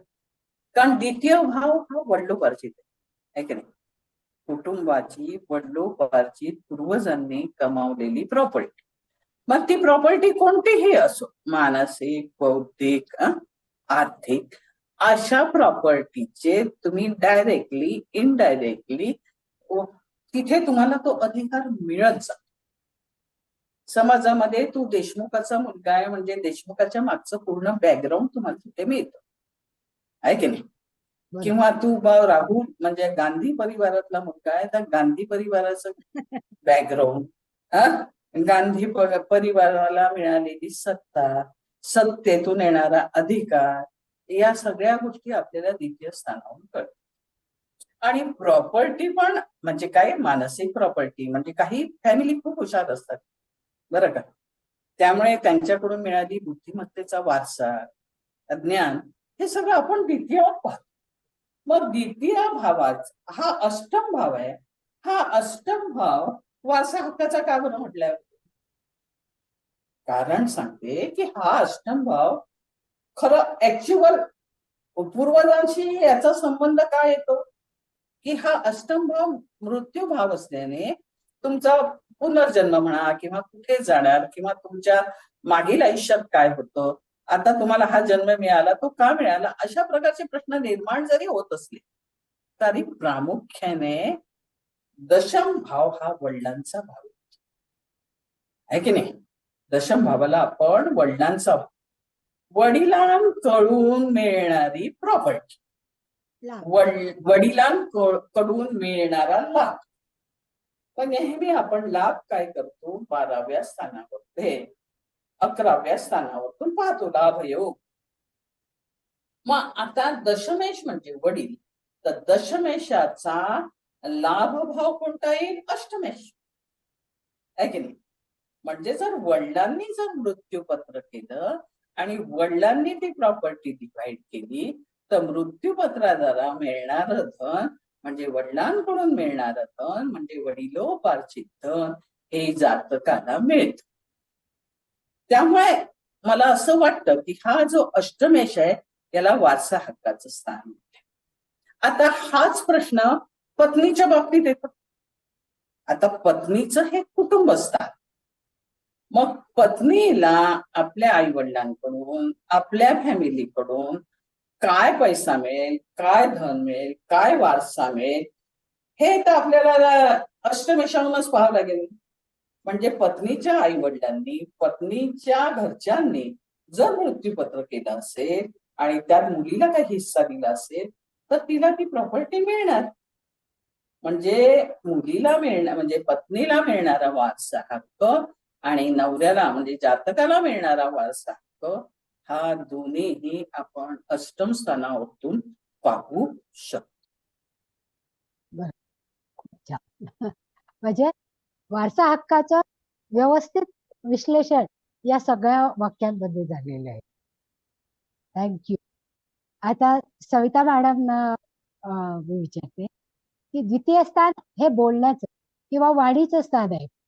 म्हणजे याविषयी आपल्याला काही वैशिष्ट्यपूर्ण तर सांगता येईल, पण या स्थानाला कुटुंबवृद्धीचं स्थानही असं म्हणतो. तेव्हा द्वितीय स्थानात गोचर ग्रहमाला काही बदल झालेला दिसतो का? म्हणजे गोचरीने जेव्हा ग्रह येतो त्यावेळेस काही बदल होतो. बरोबर आहे मॅडम. कारण कुटुंब स्थानामध्ये वृद्धी होत असते, त्याच्यातनं काही मायनस पण होत जातं. जेव्हा गोचर ग्रह जर चांगले असतील, पॉझिटिव्ह असतील, तर घरामध्ये सून येते, छोटं बाळ येतं किंवा कोणी आपले नातलग राहायला येतात किंवा म्हणजे आनंदाचे प्रसंग आपल्याला कुटुंबात बघायला मिळतात. बघा तेव्हा गोडधोड केली जाते. म्हणजे जेव्हा एखादी आनंदी व्यक्ती घरामध्ये येते तेव्हा खाण्यावर परिणाम होतो, बोलण्यावर परिणाम होतो. जी आवडती व्यक्ती आलेली असेल तर त्या गोष्टीत आपल्याला सगळं मिळतं. म्हणजे काय, आली बाबा आपलं छोटं बाळ आलं, घरातलं वातावरण कसं असतं, प्रचंड प्रसन्न असतं, सगळ्या त्या बाळाभरती घोळत असतं. पण कुटुंब वृद्धी होण्यासाठी तुम्हाला ग्रहमान गोचरीचं हे चांगलं लागतं. मुख्यतः कुटुंब वृद्धी ही गुरुवरनं बघ. जेव्हा तुम्हाला पॉझिटिव्ह गुरु असतो, स्पेसिफिक मी पॉझिटिव्ह असं म्हणते कारण कधी कधी गुरु एक्झॉल्टेड झालेला असतो, त्यावेळेला तुम्हाला जर पॉझिटिव्ह रिझल्ट द्यायचा असेल, जरी तो गोचरीवरनं त्या स्थानावरनं किंवा समोरनं किंवा काय जरी जात असेल तरी ते जर एक्झॉल्टेड झालेला असेल ना गोचरीने सुद्धा, तरी तुम्हाला ती फळं मिळत नाही. पण तुमचा स्वच्छ चांगला गुरु जेव्हा त्या स्थानाकडे बघत असतो किंवा त्या घरावरनं जात असतो, तेव्हा तुमच्या घरामध्ये शिवाय महादशा अंतर्दशा तर आहेच, प्रत्येकाचं स्वतः मी आहे तेव्हा तो काळ माझा आहे. पण तेव्हा जेव्हा गोचर जेव्हा असं असतं तेव्हा तुमच्या घरात वृद्धी होते, सून येतं, जावई येतात, म्हणजे पाहुणे सुद्धा तुमच्या घरात त्याच वेळेला येतात जेव्हा तुम्ही आनंदी असाल किंवा तुम्ही आनंदी होण्यासारखे ग्रह असतील तेव्हा आवडते पाहुणे येतात. जेव्हा निगेटिव्ह ग्रहांचं गोचर जेव्हा झालेलं असतं तर घरामध्ये एखादा मृत्यू होतो, म्हणजे मायनस होतं, घरात एखादी व्यक्ती निघून जाते. जेव्हा गोचर ग्रह तुमचे त्यावेळेला चाललेले असतात, खूप जर निगेटिव्हिटी खूप असेल त्यावेळेला, अगदी राहू केतू शनी हे मायनस करणारे ग्रह आहेत, हे तुमचे वाढवणारे ग्रह नाहीयेत. लक्षात ठेवा, इव्हन मंगळ सुद्धा एक घाव दोन तुकडे करणार आहे. कधीही तो पटकन तुम्हाला पॉझिटिव्ह किंवा रिझल्ट निगेटिव्ह रिझल्ट हा तो एका घावात देत असतो. म्हणजे तुम्हाला पॉझिटिव्ह रिझल्ट सुद्धा अचानक मिळतो आणि निगेटिव्ह रिझल्ट पण तुम्हाला तो अचानकच देतो. म्हणजे काय की हे गोचर ग्रहांचं भ्रमण निश्चितच आपल्याला आयुष्यात फार महत्वाचा भाग आहे. तुम्हाला सांगते, प्रत्येक श्वास हा जसं तुमची मूळ पत्रिका असते तसं कायम वातावरण असतं का? नाही. त्याचं कारण आहे की हे गोचर ग्रह आपल्यावर सतत परिणाम करत असतात. बघा दिवसाचे किती होरे आहेत, प्रत्येक 2-2 तासाने आपला मूड चेंज होत असतो. म्हणजे काय, त्या दिवसाचं वातावरण. चंद्र बघा, जेव्हा चंद्र तुमचा 6, 8, 12 मधनं जात असतो, तेव्हा निश्चितच तुम्हाला मानसिक क्लेश थोडेफार का होईना होतात, कष्ट होतात, कुठेतरी मन खट्टू होतं. प्रत्येक वेळेला खूप तीव्र दुःख व्हायला पाहिजे असं नाही, पण मन खट्टू होणं हे सुद्धा एक निगेटिव्हच भाग आहे त्याचा. त्यामुळे गोचर ग्रहांचा अत्यंत पत्रिकेवर मोठा परिणाम होतो. तो अगदी बारीक सुई पडण्यापासून ते एखादी मोठी गोष्ट घेण्यापर्यंत हा परिणाम होत असतो. एखादी गोष्ट तुमच्या घरात येणं, साधं तुमच्या घरात कपडा लत्ता धान्य येणं, हे सुद्धा तुम्हाला त्या गोचर ग्रहावर अवलंबून असतं. कारण आपल्याला एकदा आपण जन्माला आलो ते फिक्सच असतात ग्रह. मग तुम्हाला रोज पैसे मिळतात का, ते सुद्धा मिळण्याचे तुम्हाला योग असावे लागतात, तरच तुम्हाला रोजचा पैसा तुम्हाला मिळतो. महिन्याने यायचं असेल तर ते महिन्याचे पैसे तुम्हाला येतात. म्हणजे पण पैसा हा यावा लागतो आणि त्या प्रमाणात तुम्ही ती वृद्धी घ्यायला लागते. म्हणजे तुम्हाला गोचर ग्रहांचा परिणाम तुमच्यावर 100 काय 1000% होत असतो. श्वासाला तुम्ही चेंज होत असता. 2-2 तासाने मूड चेंज होतात, कारण लग्न बदलतं. 2.25 दिवसांनी तुमचा चंद्र बदलतो, त्यामुळे तुमचं मानसिकता तुमची बदलत असते. जेव्हा रवी बदलतो, जेव्हा बघा त्यावेळेला कधी कधी तुम्हाला प्रतिष्ठा मिळते, मान सन्मान मिळतो. रवीचं गोचर बदललं की त्या प्रमाणात तुम्हाला होतो मान मिळतो, तसं अपमान पण कधी कधी होत असतो. असं काही नाहीये प्रत्येकाला सतत मान मिळतो, असं काही नाहीये. आता मोदी एवढे मोठे आहेत, त्यांना सतत मान मिळतं, पण विरोधक अपमान करतातच आहे हो, असं थोडी आहे, असं नाहीच आहे. म्हणजे गोचर ग्रहांचा प्रत्येक व्यक्तीवर, प्रत्येक सृष्टीवर मी तर म्हणते तुमचा परिणाम हा होत असतो. त्यामुळे ह्या चंद्र सूर्याचं तर आपण बघितलं, पाण्यावर म्हणजे समुद्रावर परिणाम होत असतो, वनस्पतीवर परिणाम होत असतो. आपल्याला माहितीये जेव्हा तुम्ही जर वनस्पतीचं झाडांचं कटिंग अमावस्याला केलं तर तुम्ही जो शेप द्याल त्या शेप मध्ये राहतात. किंवा केस कट करून बघा, तुम्ही जो शेप दिलाय तसंच तुम्ही राहता. पण तुम्ही जर पौर्णिमेला केस वाढवले, कट केले, ते फास्ट ग्रोईंग. अमावस्यानंतर जसा चंद्र वाढत जातो तसे केस तुमचे किंवा वनस्पती वाढत जातात. तेच पौर्णिमेला तुम्ही जर केस कट केले तर थोडे जसे आहे तसा शेप राहतो, वनस्पती पण स्लोली ग्रोथ होत असतात. हे साधे उदाहरण आहे. तर गोचर ग्रहाचं मनावर तर परिणाम होतात, समुद्रावर होतो, वनस्पतीवर होतो, पाण्यावर होतो, मग कशावर होणार नाही, सगळ्यावर होत असतो. वनस्पती आपण लहानपणी शिकवतो, वनस्पती सूर्याच्या दिशेने वाढतात. मग त्याचा काय परिणाम आहे, जसं उत्तरायण दक्षिणायन त्याचा परिणाम होत असतो, तसं आपल्यावर तर परिणाम होणार. गोचर ग्रह आहेत ते होणारच. महादशा अंतर्दशा जरी असल्या तरी गोचर ग्रह फार मोठ्या प्रमाणात परिणाम करत असतात. महादशा अंतर्दशा चांगल्या आहेत, पण गोचर जर खराब असेल तर हवे तेवढे चांगले रिझल्ट मिळत नाही, 100% नाही मिळत. म्हणजे तुमची पत्रिका कितीही पॉवरफुल असू दे, तुम्हाला ते परिणाम मिळणार नाही. त्यामुळे गोचर ग्रहाचं महत्व फार मोठं आहे. खूप छान सविता मॅडम. कारण गोचर ग्रहांचा कसा परिणाम होतो हे अगदी योग्य उदाहरण देऊन, मोदींसारख्या श्रेष्ठींचं योग्य उदाहरण देऊन तुम्ही दाखवतो की प्रत्येकाच्या आयुष्यामध्ये हा चढ उतार हा दिसतो. ग्रहदशा जशी बदलते, ग्रह जसे बदलतात आणि गोचरीने ते जसे फिरतात, तसे आपल्याला सगळ्यांना ते फिरवतात. आणि म्हणूनच आपण या सगळ्यांचा कारकत्वाचा जास्तीत जास्त खोलामध्ये जाऊन अभ्यास करतो. खूप सुंदर, खूप छान आणि लक्षात ठेवायला सोपं असं तुम्ही सांगितलं. आता आपण अष्टम भावाकडे जाऊ. आता अष्टम भावाचा जर आपल्याला साकल्याने पॉझिटिव्ह विचार करायचा असेल तर एखाद्या व्यक्तीचे अष्टम भावात बरेचसे ग्रह असतात पहा. म्हणजे आता अमिताभ बच्चन सारख्या व्यक्तीचे तर अष्टमातच सगळे ग्रह, किंवा रजनीश सारांच्या सारखे तर अष्टमामध्येच बरेच ग्रह आहेत. तर सगळी निगेटिव्ह फळं मिळतात का त्यांना, गोचरीने येणारी आणि अष्टमामध्ये असणाऱ्या ग्रहांची? हा प्रश्न मी संजीवनी मॅडम. अष्टमाचा रिझल्ट निगेटिव्ह आणि पॉझिटिव्ह दोन्ही आपल्याला मिळतात. याचं आपण ते अष्टम स्थानाच्या काय काय लाभ किंवा काय काय होतं ते तर बघितलंय. ज्या म्हणजे त्रिक स्थानामध्ये 6, 8, 12 मध्ये 4, 5 ग्रह असता प्रवज्य योग होतो असं म्हणतात. हा लाभदायक असतो असं सर्वसाधारण सगळे लोक सांगतात. यात तुम्हाला प्रॉफिट होतो. पण इतके ग्रह असता याच्यात निगेटिव्ह पॉझिटिव्ह दृष्टी दोन्ही कारणातून विचार करू. की प्रवज्य योग असला तर आपल्याला पॉझिटिव्ह रिझल्ट मिळतात हे आपण पाहिजे. मग आता निगेटिव्ह जर आहे तर हे आता 5-6 ग्रह असले तर ही कन्फ्यूज करणारी परिस्थिती.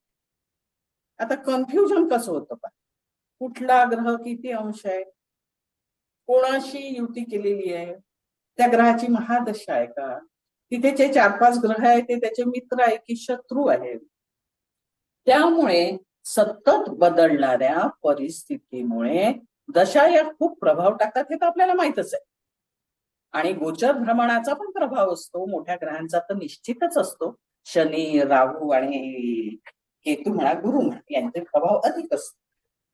पण या दशा ज्या बदलतात त्यात त्या ग्रहाच्या पॉझिटिव्हिटीवर किंवा निगेटिव्हिटीवर त्यावेळेचा तो कालखंड असतो. काय असतं, कॉमन सेन्सचा प्रश्न निर्माण होतो. कारण काय होतं, प्रत्येक ग्रहाची मानसिकता वेगळी, प्रत्येक ग्रहाची विचार करण्याची परिस्थिती वेगळी, त्याची बौद्धिक क्षमता वेगळी. त्यामुळे इतके ग्रह एका ठिकाणी निर्माण झाले की आयुष्यामध्ये कन्फ्यूज खूप होतो माणूस. रिझल्ट आपल्याला आता आपण इथे म्हणतो हा प्रवज्य योग राजयोग करतो, ग्रह शुभ असतात, त्याची दशा महादशा असतात, छान फळ मिळेल असं आपण म्हणतो. त्या सगळ्याच ग्रहांच्या कालखंडात छान फळ मिळेल असं आपल्याला म्हणता येत नाही. पण नेहमी हे लक्षात ठेवा की ग्रह 4-5 आहे बरं का. एका माणसाजवळ मोठं घर आहे किंवा मोठा बंगला आहे किंवा म्हणा त्याच्या याच्यात खूप मोठी जमीन आणि बांधलेले घर, आणि त्या वेगवेगळ्या भागामध्ये त्यांनी वेगवेगळे भाडेकरी ठेवले, त्यांनी 5 भाडेकरी तिथे ठेवले. मग भावेशाचा या 5 ग्रहांवर प्रभाव राहतो भाडेकरी. म्हणजे केव्हाही कुठल्याही भावाचा अभ्यास करताना हा एक अतिशय महत्वाची गोष्ट आहे की भावेश हा सगळ्यात जास्त पॉवरफुल असतो बरं का. ग्रह असे ना तिथे, पण भावेश हा इतका पॉवरफुल असतो की त्याच्या अनुषंगाने तुम्हाला फळ पाहावं लागतं. त्यानंतर ग्रह. मग आता इतके ग्रह असताना मृत्यूचं कारण शोधताना त्रास बरं का. आता इतके ग्रह आहेत, त्यावेळेला कोणत्या ग्रहाची महादशा आहे, कोणत्या ग्रहांची युती आहे बरं का, कोणत्या ग्रहाची दृष्टी आहे, हे सगळं पाहणं आणि त्या 5 ग्रहांचं ते कॉम्बिनेशन करून मृत्यूचं नक्की कारण शोधणं हे महत्वाचं. चौथी गोष्ट याच्यात ही येते की डॉक्टरांना लवकर तुमच्या आजाराचं डायग्नोसिस करता येत नाही की तुम्हाला हाच आजार नक्की झालाय असं नाही. त्यामुळे आता काय झालं की सायन्स वाढलंय, एक्सरे काढता येतात, सोनोग्राफी होते, त्यामुळे आपण करू शकतो. पण निश्चितच मृत्यूच्या वेळेला आजाराचं कन्फ्युजन याच्यात निर्माण होतं. प्रत्येक ग्रहाचा मृत्यू हा वेगवेगळ्या पद्धतीने होतो. आता याच्यात इतके ग्रह आहेत, मग आपण निश्चित सांगू शकत नाही, तरी मी थोडक्यात सांगते तुम्हाला. चंद्र षष्ठ स्थानात असेल तर रोग प्रतिकारात्मक असतो आणि इथे हार्ट प्रॉब्लेम निर्माण होऊ शकतो आणि लैंगिक भावना इथे जास्त उग्र होतात, त्यामुळे वैवाहिक सुखामध्ये सेक्स सुखामध्ये प्रॉब्लेम निर्माण. चंद्र हा मानसिक प्रॉब्लेम निर्माण करतो. लहानपणापासून दमा होऊ शकतो, मूळ व्याध, अपचन, व्यसन, चिंता इत्यादी आजार इथे होऊ शकतो. मंगळ सतत शत्रू निर्माण करतो, अपघात करू शकतो, मोठ्या प्रमाणात अपघाताला, ब्रेन हॅमरेजला, फिट्सला समोरी जाता येतं. अपघाती मृत्यू, ऑपरेशन्सच्या शक्यता असतात. या स्थानात बुध रवी सोबत असला तर अस्तंगत असला तर आजार निर्माण करू शकतो. रागिष्ट माणसाचा स्वभाव होतो, त्वचा रोग होऊ शकतो अति खाण्यामुळे आणि घात होऊ शकतो. गुरु असता मधुमेह, अशक्तपणा, पाचन क्रिया, प्राण्यांपासून धोका आणि माता पितांकडून आलेले अनुवांशिक आजार. शुक्र लैंगिक आजार देतो, मूत्राशयाचे आजार देतो, गुप्त रोग होण्याची शक्यता असते, आत्महत्या करू शकतो माणूस, फ्रस्ट्रेशन. या स्थानातील शनी रोगांचा त्रास कमी जास्त करत राहतो, पण जे आजार असतात ते दीर्घकाळ टिकणारे असतात, लवकर तुम्हाला मृत्यू देत नाही शनी इथे. म्हणजे इथे शनी असेल तर तुम्हाला दीर्घायू निश्चित, पण ती दीर्घायू काही खूप आनंददायक नसते, आयुष्याच्या शेवटी खूप त्रास होतो. राहू विष बाधा, विंचू चावणे, जारण मारण, उच्चाटन इत्यादी करता या कारणातून पण तुमचा मृत्यू होऊ शकतो. त्यामुळे आता आपण प्रत्येक ग्रहाचं वेगळं पाहिजे. आता हे 5-6 ग्रह, 4-5 ग्रह तिथे असतील तर कन्फ्युजन निर्माण होईल की नाही? तुम्हाला प्रॉब्लेम निर्माण होतील. महादशा जरी असली तरी त्यात अंतर्दशा पुन्हा कोणती, कोणत्या ग्रहाची युती झाली, गोचरीने तिथे काय आलं. त्यामुळे हे जे ग्रह आहे हे सहजा कुठल्याही स्थानामध्ये 4-5-6 ग्रह आले की त्या रिझल्टच्या बाबतीत थोडा प्रॉब्लेम निर्माण होतो असं मला वाटतं. बरोबर, खूप छान. प्रत्येक ग्रहाचं तुम्ही अगदी वेगळं वेगळं सांगितलं आणि शेवटी आपण सगळे एकत्रित विचार करणारच आहोत. छान, खूपच छान. आता सविता मॅडमना मला असं विचारायचं की द्वितीय स्थानाला आपण धन असतात, मग धन वाढवायचं असेल तर, कारण आजकाल पैशाशिवाय काहीच नाही, सगळी सोंग आणता येतात, पैशाचं नाही आणता येत. मग अशा वेळेस धनस्थानाचं जर आपल्याला धन वाढवायचं असेल तर द्वितीय स्थानाच्या ग्रहांची उपासना करावी का? निश्चित करावी, पण त्याचं रत्न वापरावं की नाही हा जरा महत्वाचा भाग आहे. तुम्ही तो फार विचार करून रत्न वापरा. कारण कसं आहे की आपण म्हणतो ना वड्याचं तेल वांग्यावर गेलं तर ते काय होतं माहिती का, एखाद वेळेला तुम्हाला तो निगेटिव्ह रिझल्ट मिळू शकतो. पण तुम्ही उपासना केली ना तर निगेटिव्हिटी खूप कमी होते. उपासना करणं वेगळं आणि हे रत्न घालणं किंवा एखादं गोष्ट तुम्ही धारण करणं हा फार मोठा वेगळा त्याचा भाग आहे. कारण तो आपण अंगावर चढवतो. तर हे चढवणारे जे गोष्टी आहेत कुठल्याही, तुम्ही बघा आपण हे काय म्हणजे काय म्हणतात ते रुद्राक्ष ते घालतो किंवा आणखीन कोण काय गंडे दोरे तो विषय नाही हा. पण रुद्राक्ष किंवा रत्न धारण करणं जे आहे त्यांनी ती पॉवर वाढते तुमची. आणि शिवाय याला रुद्राक्षाला तुम्हाला उपासना खूप चांगली करावी. दुसरी गोष्ट, तुम्ही नॉनव्हेज खाताय किंवा नाही, किंवा अभक्ष्य भक्षण, त्याला तर कांदा आणि लसूण हे सुद्धा चालत नाही. लोक जनरली मी बघते पटकन घातलेलं दिसतं, नाही आम्हाला यांनी दिलं, आम्हाला रिझल्ट चांगला आला. अरे पण त्याचं पावित्र्य राखलं जाते का हे बघायला पाहिजे ना. तुम्ही रत्न घाला, रत्न घालायचं असेल तर घालू शकता, त्याला पावित्र्य सुद्धा त्याला लागतं. पण उपासना अशी गोष्ट आहे की त्याची कुठल्याही ग्रहाची ती निगेटिव्हिटी कमी करते आणि पॉझिटिव्ह ग्रहांची पॉझिटिव्हिटी वाढवतो. म्हणजे काय, जप जाप्य दर्शन किंवा काय तुम्ही बाकीची कसं असतं, आता आपल्याला दिलेलं असतं या ग्रहाचं एवढं तुम्ही जप करा, चौपट करा, 1.25 लाख करा, 1/10 हवन करा. तर हे सगळं ते तुम्ही करा, हे खूप चांगलं आहे. तुमची जे निगेटिव्ह, इव्हन तुम्ही अष्टमाचं सुद्धा जप जाप्य केलं तर तुमच्या आजारपणाला रिलॅक्स मिळतो. मी मुळीच असं म्हणणार नाही मृत्यू टळतो, हे काही मी नाही, मी ब्रह्मदेव नाही. पण तुम्हाला मृत्यू हा जो येणार आहे किंवा धनच येणार आहे त्याला ज्या अडचणी आहेत त्या दूर होतात. हे 100% खरं आहे आणि मी स्वतः अनुभवलेलं आहे. इतरांनाही उपासना मी दिली, त्याचंही रिझल्ट माझ्याकडे आहे. रत्नाचा सुद्धा रिझल्ट आहे, रुद्राक्षांचा पण रिझल्ट आहे. तुम्ही काय गोष्टी देता, कुठल्या ग्रहांचं दान करायला पाहिजे, कुठली रत्न तुम्ही वेअर करायला पाहिजे, हे सगळं आपल्याला ज्ञान पाहिजे ते. आणि त्याशिवाय तुम्ही जर दिलं ते सुद्धा तुमचं शुद्धीकरण करून द्यायला पाहिजे. घेतलं बाजारात आणि घातलं ते चुकीचं होणार, कारण त्याच्यावर तुमचं मंत्र हे असं झालेलं नसतं. बरं दुकानदार काय करतात, परत घेतात रत्न. रत्न परत घेतल्यावर त्या व्यक्तीची निगेटिव्हिटी त्या रत्नावर आलेली असते. तुम्ही ते शुद्धीकरण करून देता का? ते परत आलं ते दुसऱ्याला देणारच. 5 रुपयाचं रत्न 10 रुपयाला देणार. हे व्हॉट एव्हर इट इज, काय ते तो संबंध नाही मला किमतीशी. पण तुम्ही ते रत्न येतात, त्या रत्नाची पहिली निगेटिव्हिटी तुम्हाला सोसायला लागते. मग ती निगेटिव्हिटी जाऊन मग त्याचे पॉझिटिव्हिटी निर्माण होते. साधं तुम्ही स्वतःमध्ये जर खूप निगेटिव्हिटी असेल, बघा एखादं घर खूप अस्वच्छ आहे आणि स्वच्छ करायला गेला की नाकातोंडात धूळ जाते की नाही, म्हणजे तुम्हाला स्वच्छता करायची असेल तर सुरुवातीला त्रास होतो. म्हणजे हे लोकांना कळत नाही. माझ्या स्वतःच्या बाबतीत असं झालेलं आहे, जेव्हा मी पत्रिका स्वतः एखाद्या व्यक्तीची बघत होते तर ती समोर माझीच आली, तेव्हा मला कळलं की अरे बापरे, आपल्या इथे काहीतरी नुकसान आहे बाबा. तर मी काय विचार केला की नाही, आपण नंतर करू, हा चांगला मुहूर्त आहे, त्या दिवशीपासून आपण उपासना करू. म्हणजे स्वतःला आपण खूप कधी कधी फार हुशार समजतो, ते खूप चुकीचं आहे. आणि मग मी ज्या दिवशी उपासना सुरू केली त्या दिवशी संध्याकाळी माझ्या घरामध्ये माझ्या अंगावरचं मंगळसूत्र स्नॅच झालं. म्हणजे हे मला आधी माहिती होतं, 15 दिवस आधी माहिती होतं. मग 15 दिवस का बरं मी केली नाही उपासना, तर नाही मुहूर्तावर करायची. अरे उपासनेला कसलं आलंय मुहूर्त, तेव्हाच करायला पाहिजे होती. जेव्हा आपल्याला कळतं त्याच वेळेला तुम्ही सुरुवात केली, त्याला काही मुहूर्त लागत नाही हो. जप जाप्य करायला कसलं आलंय, तुम्ही करा, मुहूर्तावर सुद्धा करा. पण तुम्हाला जेव्हा कळतं त्या दिवसातली शुभ वेळ काढा आणि करा. पण ते झालं नाही. म्हणजे नुकसान व्हायचं होतं ते 100% माझं झालं. पण तेच की त्यावेळेला मी सगळं जे छोटं मोठं काय होतं ते बँकेत टाकलं. एकच मंगळसूत्र अंगावर होतं, बाकी काहीही नव्हतं. तेवढं गेलं.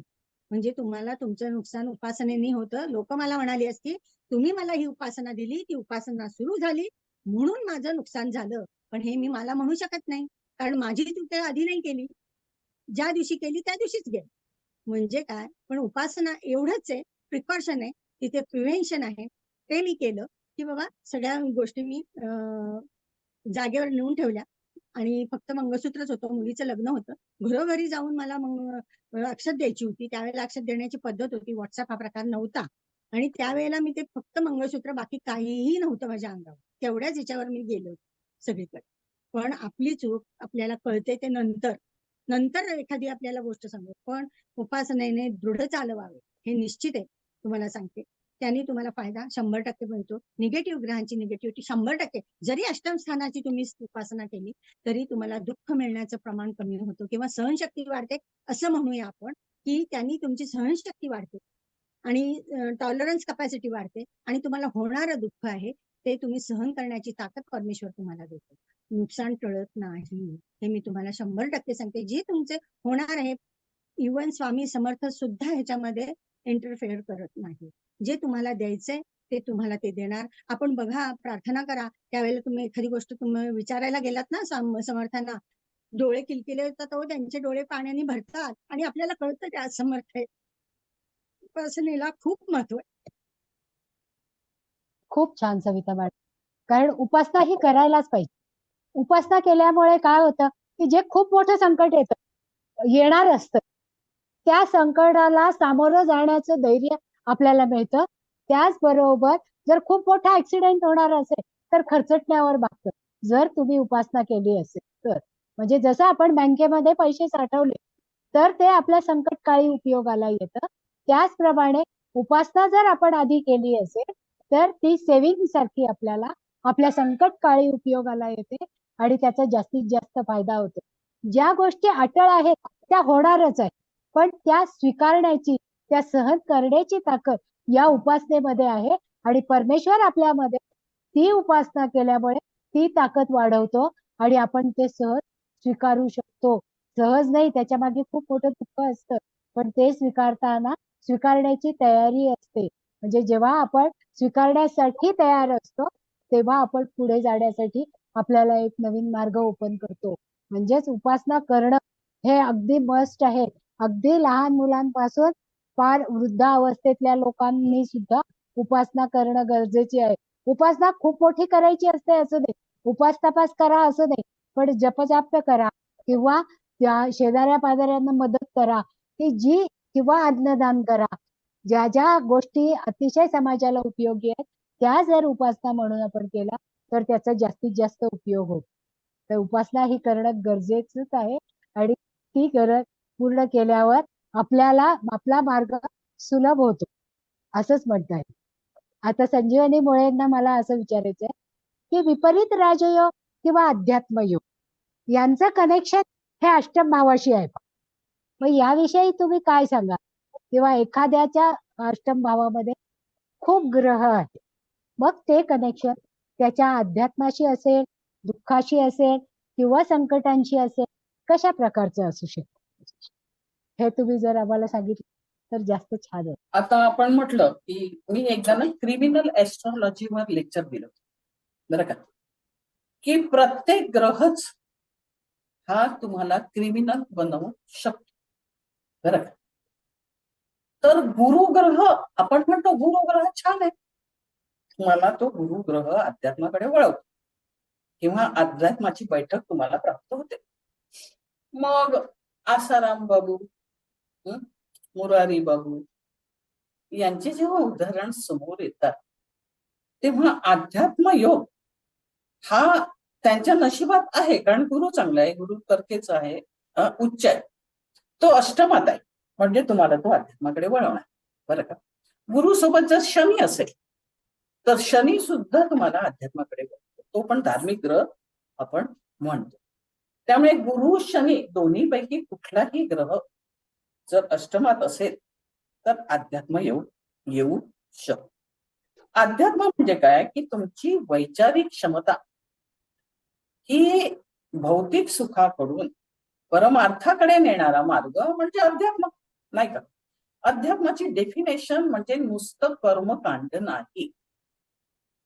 अध्यात्म हे मानसिक आत्म्यातनं निघालं पाहिजे, तरच ते अध्यात्म.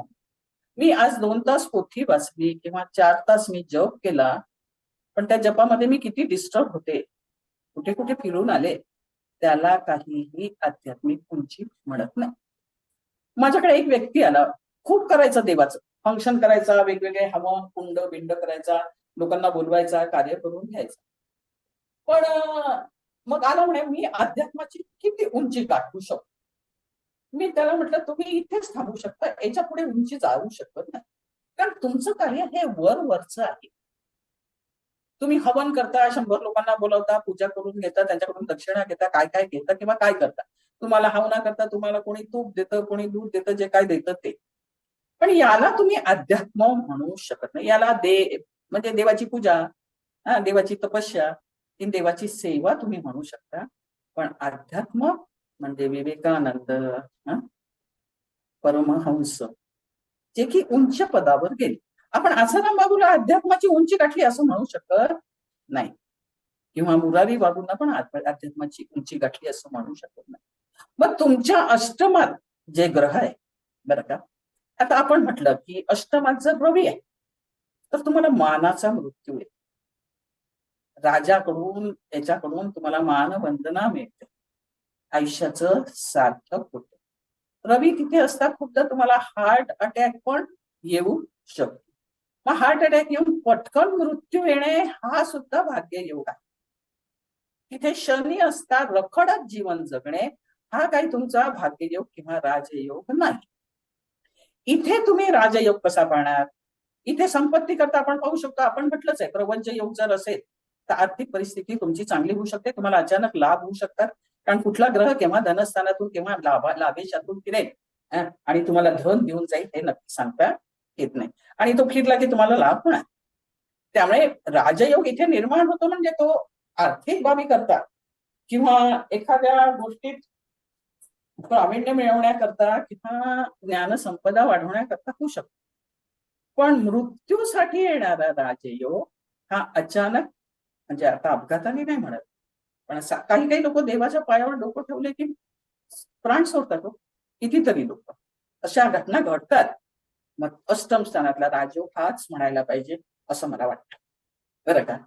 अचानक लाभाचं स्थान आहेच, त्यामुळे ते शुक्र आहे तो तुम्हाला अचानक लाभ देऊ शकतो. रवी असेल तर तुम्हाला अध्यात्मात सत्ता मिळू शकते, आणि मंगळ असेल तरीही तुम्ही तुमची अध्यात्मातली कारकीर्द गाजवू शकता. हे इनडायरेक्टली डायरेक्टली राजयोग आहे. पण मृत्यू सुखाने येणे, मृत्यूच्या वेळी हाल न होणे हा पण एक राजयोग आहे. हा राजयोग ठराविक ग्रहांच्या परिस्थितीतच येऊ शकतो. विशेष म्हणजे तिथे जर शनी असेल तर हा राजयोग तुमच्या नशिबी नाही. या सगळ्याच्या सगळ्या आपल्याला ओशोच्या पत्रिकेतून सिद्ध करता येतात. घरचं नाव चंद्रशेखर होतं, त्यांना रजनीश ही उपाधी मिळाली होती. हो, त्यांचा पत्रिका जन्म 11/12/1931 चा आहे. कुचवाडा इथे झालाय, मध्य प्रदेश. ओशाचा जन्म शुक्र महादशेत झाला, बरं का. आणि शुक्रच लग्न आहे बघा, वृषभ लग्न आहे की नाही, त्यामुळे वृषभ लग्न आहे, गुरु कर्केचा आहे. मी म्हटलं ना, आध्यात्मिक गुरुमध्ये गुरु कर्केचा येतो खूपदा. राहू पण गुरुच्याच राशीत आहे बघा, गंमत. आणि रवी अष्टमात आहे, म्हणजे याच्या स्थानात आहे, मंगळाच्या राशीत. केतू पंचमात आहे आणि धनु राशी म्हणजे गुरुच्या राशीत चंद्र, शनी, शुक्र, बुध आणि मंगळ. आता मी एक एक पॉइंट सांगते तुम्हाला. ओशोचा जन्म शुक्र महादशेत आला, लग्नेश शुक्र अष्टम, बरं का. अष्टम स्थान सेक्स सुखाचे, तो सेक्स तुम्हाला पत्नीकडून किंवा इतर स्त्रियांकडून प्राप्त होऊ शकतो, कारण ते इंद्रिय सुखाचं स्थान. आता लग्नेश हा अष्टमात आहे, म्हणजे तुमची बुद्धी, तुमची विचारसरणी, तुमची काम करण्याची पद्धत किंवा तुमच्या डोक्यात चालणारे विचार ते कशा संबंधित येतील, कारण ते अष्टम म्हणजे विचारसरणी ही तिथूनच. त्यांचं शिक्षण खूप छान झालं, त्यांनी शिक्षण दार्शनिक विषयात केलं आणि ते कॉलेजमध्ये म्हणा याच्यामध्ये खूप प्रश्न विचारायचे या संबंधित, की प्रोफेसरांनी त्यांच्याबद्दल कंप्लेंट केली आणि त्यांना कॉलेज बदला, पण शेवटी ते प्रोफेसर झाले. त्यांच्या बोलण्यातनं एक संमोहन होतं. शुक्र तसाही संमोहन करतोच. तर त्यांच्या बोलण्यात एक समूह होतं, समोरच्याला गारूड करणे, समोरच्याला आपल्या विचारात घेणे, अशा प्रकारची त्यांची क्षमता. कारण काय, अष्टमात बुध आणि मंगळ पण आहे आणि चंद्र पण आहे, शनी आणि शुक्र पण आहे. गुरु उच्चीचा तृतीयात आहे. तृतीय स्थान हे पराक्रम गाजवणारं स्थान आपण म्हणतो, म्हणजे आध्यात्मिक क्षेत्रात उंची देण्याचं स्थान झालं तृतीय. गुरु आहे तिथे, उच्चेचं आहे, त्यामुळे धार्मिक, आपण म्हणतो धार्मिक अंधश्रद्धेपर्यंत जाणार, असं हे धार्मिक क्षेत्रात उच्च पदाकडे जाणारं किंवा आध्यात्मिक विचाराकडे जाणारं असा हा त्यांची विचारसरणी होती. लग्नेश अधिक शनी अधिक मंगळ अधिक चंद्र अधिक बुध हे अष्टमातले ग्रह आहे. मग आता शुक्र शनी मंगळ चे सोबतच चालणे. शुक्र आणि शनी दोघा, या शुक्राला आपण असं म्हणू शकतो शनीने बिघडवलं आणि मंगळाने उत्तेजन दिलं, बरं का. तर हे सोबत चालणे हे इंद्रिय सुखाच्या वेगवेगळ्या मार्गाचं थिंकिंग त्यांना देत दिलं, कारण बुध आहे तिथे, बरं का. म्हणजे बुद्धीला खाद्य काय दिलं त्यांनी, शुक्राने त्यांना या गोष्टीथे, कारण तो लग्नेश आहे, लग्नेश असल्यामुळे त्याची वैचारिक क्षमता, बुद्धिमत्ता या अष्टम स्थानाशी संबंधित जास्त झाली. आपण म्हणतो ना, मानसिकता तुमची कशावरून कळते, की तुमचा लग्नेश कसा आहे, तो कोणासोबत आहे याच्यावर तुमची मानसिकता असते. तर लग्नेश आणि हे तिथे गेले, बरं का. तिसरं म्हणजे एक एक पॉइंट सांगते हा. चंद्र म्हणजे मन बुद्धी, म्हणजे मनात आणि बुद्धीमध्ये हे पहा, जसा तुम्ही विचार कराल तसे तुम्ही वागाल, हे तर निश्चितच आहे. तुम्ही जसा विचार नाही केला तर तुम्ही तसे वागू शकता का. माझ्या विचाराने ठरवलं आज मला लेक्चर द्यायचं, तर मी लेक्चरच्या दृष्टिकोनातून काम करेन. तसं हे मन आणि बुद्धी दोन्हीचं एकत्रीकरण अष्टमात आहे, त्यामुळे त्यांच्या विचारीची दिशा त्याचकडे वळली. तृतीयात गुरु उच्चीचा, म्हणजे त्या विचारसरणीला अध्यात्माची जोड दिली, अध्यात्म क्षेत्राच्या कार्याकडे बोट दाखवत तो अष्टमेश आहे, त्यामुळे ती विचारसरणी धर्मगुरु रुजवली, बरं का.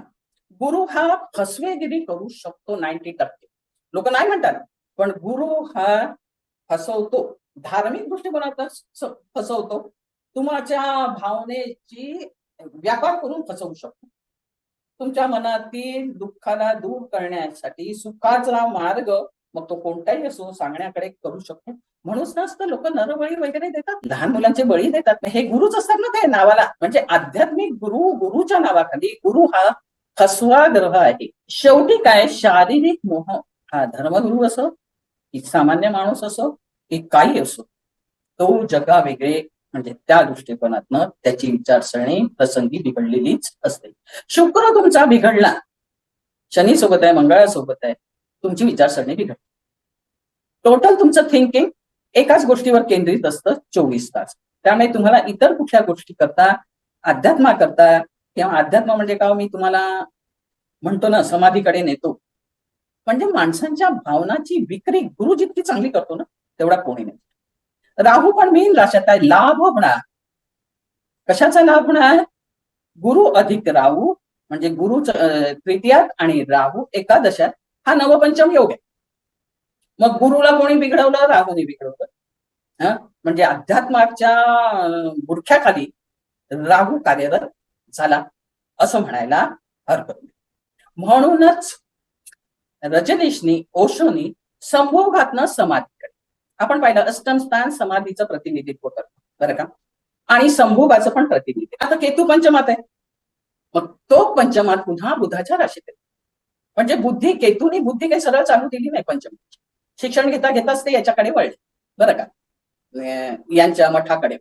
त्यामुळे त्यांचं जे आहे कार्य ते असं चुकीच्या दृष्टीने गेलं आणि लोक सपोर्ट देत घेतले, म्हणून त्याला खतपणे मिळत गेलं. त्यामुळे ओशोंची पत्रिका म्हणजे त्यांच्या जीवनाचा अगदी खरोखरच सुंदर आरसा आहे, की माणूस चुकीच्या विचारसरणीला सुद्धा अध्यात्माद्वारे प्रस्थापित करू शकतो, ही एक गोष्ट आपल्याला या ओशोच्या पत्रिकेतून दिसते. त्यामुळे अष्टम स्थान हे तुम्हाला जीवन पूर्ण बदलवणे किंवा ठेवणे याकरता ते उपयोगात येते. समृद्धी, धन, प्रसिद्धी दिली, पण जगण्याची ती विचारसरणी समाजाकरता घातक सिद्ध झाली. यात विनोद खन्नाने ओशोकडून मंत्रच घेतला तरीही त्याचं लाईफ पण अतिशय वाईट. ओशोंचा पण मृत्यू सगळे आजार लागून वाईट पद्धतीचा. आत्मा, विचार व बुद्धी ही शरीरापेक्षा मोठी व जिवंत असते. त्यामुळेच आपण एक म्हणू शकतो कि तालाब में तैरती हुई लाश देखकर, तालाब में तैरती हुई लाश देखकर पता चलता है कि बोझ शरीर का नहीं, आत्मा का और विचार का था. एवढं बोलून मी हा माझा 8वा भाव संपतो. खूप छान. कारण द्वितीय आणि अष्टम भाव घेतानाच हा विचार होता की समाजामध्ये ज्या लोकांना आपण ओळखतो किंवा जे परिचित आहे अशा लोकांचं आयुष्य उलगडायचं होतं.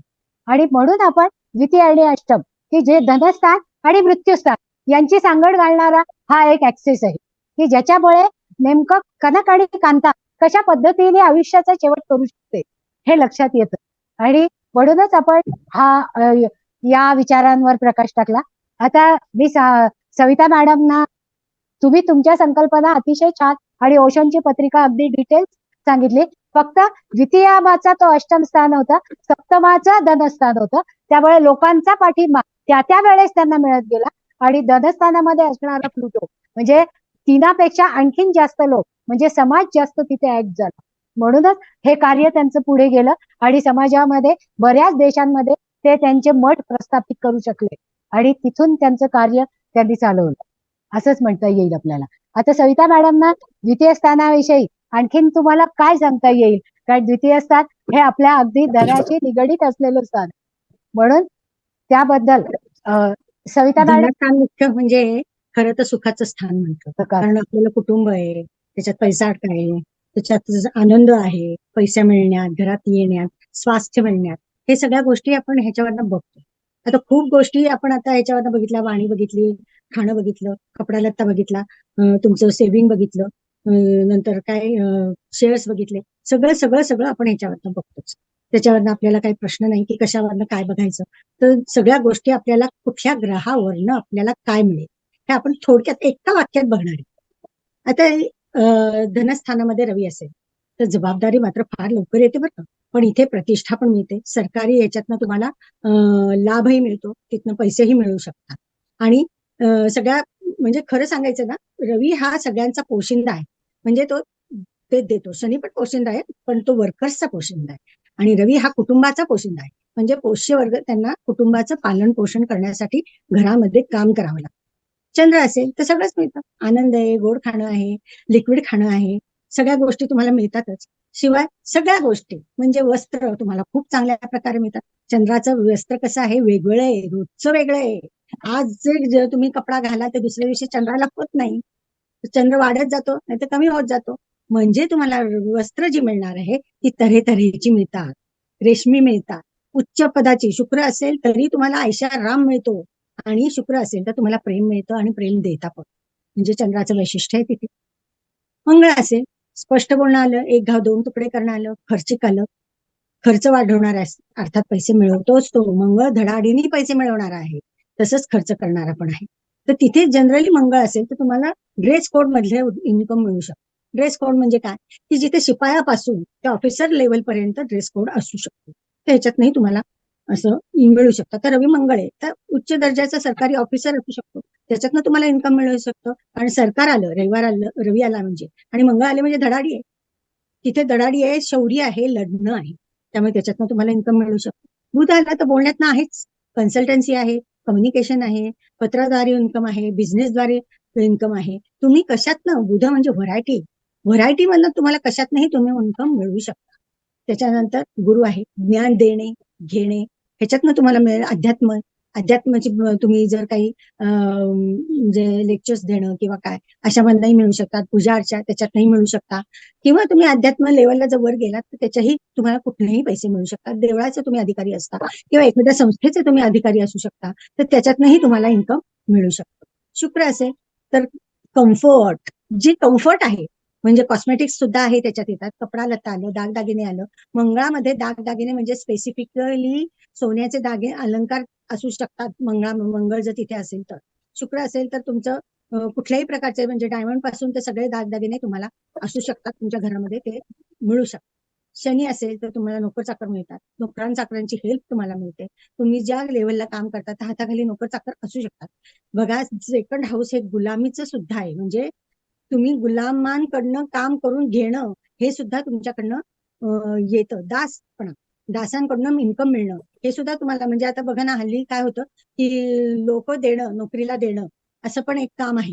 तर ते तुम्ही दुसरीकडे कामगार पुरवणे वगैरे ह्याच्यात नाही तुम्हाला इन्कम मिळू शकतं. राहू राहू प्रोव्हिजन करतो. अर्थात प्रोव्हिजन करणे म्हणजे काय, प्रोव्हिजन फॉर बॅड डेट्स, हे लक्षात ठेवा. पण प्रोव्हिजन ही ऑलवेज असलीच पाहिजे. केतू हा तुम्हाला थोडं थोडं होईना इन्कम देत असतो. चांगल्या प्रकारे तुम्हाला इन्कम मिळत असतो. पैसे देतच असतो हा, पण केतू धनस्थानात असेल तर तो देतोच. पैसे भरपूर तुम्हाला त्याच्यातनं मिळू शकतात. अशा प्रकारे खर्चिकता, पैसे मिळवणं, खर्च करणं हे सगळं ग्रहांवरनं आपल्याला कळू शकतं. असे हे ग्रह आपल्याला, समग्र ग्रह, त्याचे योग, त्याच्या जोड्या जेव्हा धनस्थानात असतात तर तेव्हा ऍक्च्युअली धनस्थानात कधी कधी काही ग्रह दिसतात पण ते नसतात. मग त्यावेळेला असं वाटतं, अरे माझा हा ग्रह धनस्थानात आहे आणि मला इन्कम मिळत नाहीये. पण तसं नाही. धनस्थानात अंशात्मकरित्या तुमचे जर ग्रह आले तर तिथे धन हे मिळतच, पण त्याच मार्गाने मिळतं की ज्या मार्गाने तो तिथे ग्रह बसलेला आहे. असे हे इतर बऱ्याच खऱ्या गोष्टी सांगता येईल. एकेका वाक्यावर बरंच आपलं बोलणं होऊ शकतं, पण आपल्याला ह्या गोष्टी लिमिटेशन मध्येच ठेवल्या पाहिजे. जो विषय आहे त्या विषयाला धरूनच बोललं पाहिजे. अवांतर माहिती लोकांना हे आवडत नाही. विषयाला धरून बोललं तर ते लोकांना जास्त समजतं. त्यामुळे मी एवढंच सांगू शकते. अजून काय विचारायचं असेल तर खूप विचारू छान शकते मॅडम. सविता मॅडम, तुम्ही अगदी सगळ्या बाजूनी माहिती दिली.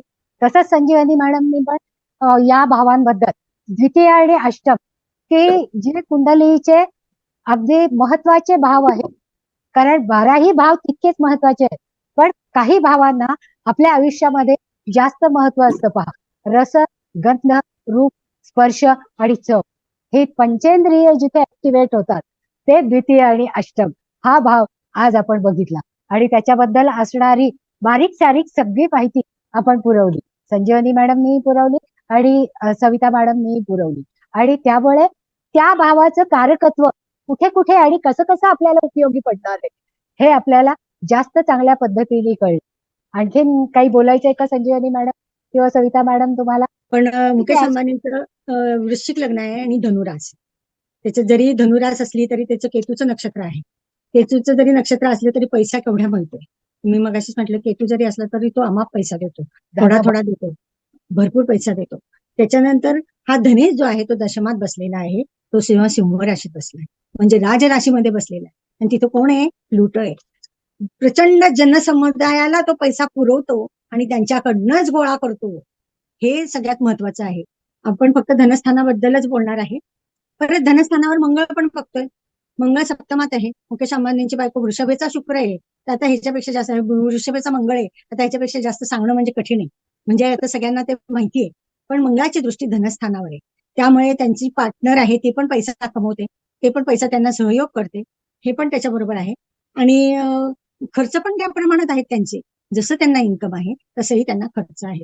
म्हणजे हा भाग्ययोग झालेला आहे. चंद्रगुरूचा नवपंचम योग आहे. हा भाग्ययोग आहे. ह्या व्यक्तींना कधीही पैसा कमी पडत नाही. फार त्यांना रानात नेऊन सोडा तर अशा रानात उभे राहतील ते, की तिथे त्यांच्या आवडीचं फळ, आंबा आवडत असेल तर त्या आंब्याच्या झाडाखाली रसदार फळं मिळणार आणि ते घेऊनच ते तृप्त होणार. जे आवडेल अशा ठिकाणीच परमेश्वर त्यांना पाठवणार. एवढं लक्षात ठेवा. हा योग एवढा छान प्रकारे तर ह्या माणसाला सगळंच मिळणार आहे. आणि योग अतिशय गुरुशी शुक्राशी झालेला आहे, केतूशी झालाय. धनस्थानासंबंधी सांगते म्हणून सांगते, बाकीचं काहीच सांगण्यात अर्थ नाहीये. तर हे सगळे ग्रह त्यांना भरपूर त्यांनी दिलेले आहे. रवी, शुक्र, मान सन्मान. शुक्र आहे सगळे म्हणजे कम्फर्ट्स, तर ते त्यांना मिळालेलेच आहे. त्याच्यानंतर बुध आहे, मोठा व्यापार आहे. केतू आहे तर तो जरी तो दिला तरी थोड्या थोड्या प्रमाणात त्यांचा दानधर्म पण चाललेला आहे. कारण ते काही आपल्याला कळत नाही कुठे दानधर्म देतात, पण ते करतात. आणि मुख्य म्हणजे गुरु त्यांचा प्रॉमिनंट ग्रह आहे. त्यामुळे काय झालेलं आहे, ह्यांचा जे इन्कम आहे ते खूप मोठ्या प्रमाणात, कोशाचा अधिकारी हा गुरु आहे आणि म्हणजे कोशाध्यक्ष झालेत ते. त्यामुळे केवढा पैसा मिळेल ह्याचं अनलिमिटेड आहे.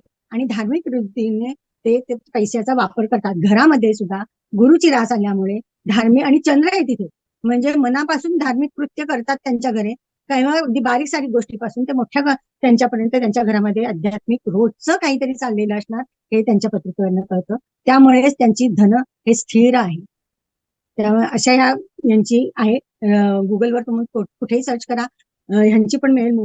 धीरूभाई अंबानींची पण आहे. त्यांचं पण धनु लग्न आहे, त्यांचं वृश्चिक लग्न आहे. आणि धनु लग्न धनेश धनाते, म्हणजे बघा त्यांनी किती लोकांना पोशिंद केले. शनीचं मगाशी उदाहरण दिलं, किती लोक हाताखाली आहेत, खालच्या वर्गाला ते केवढं पोषण करतात असं दिलेलं आहे.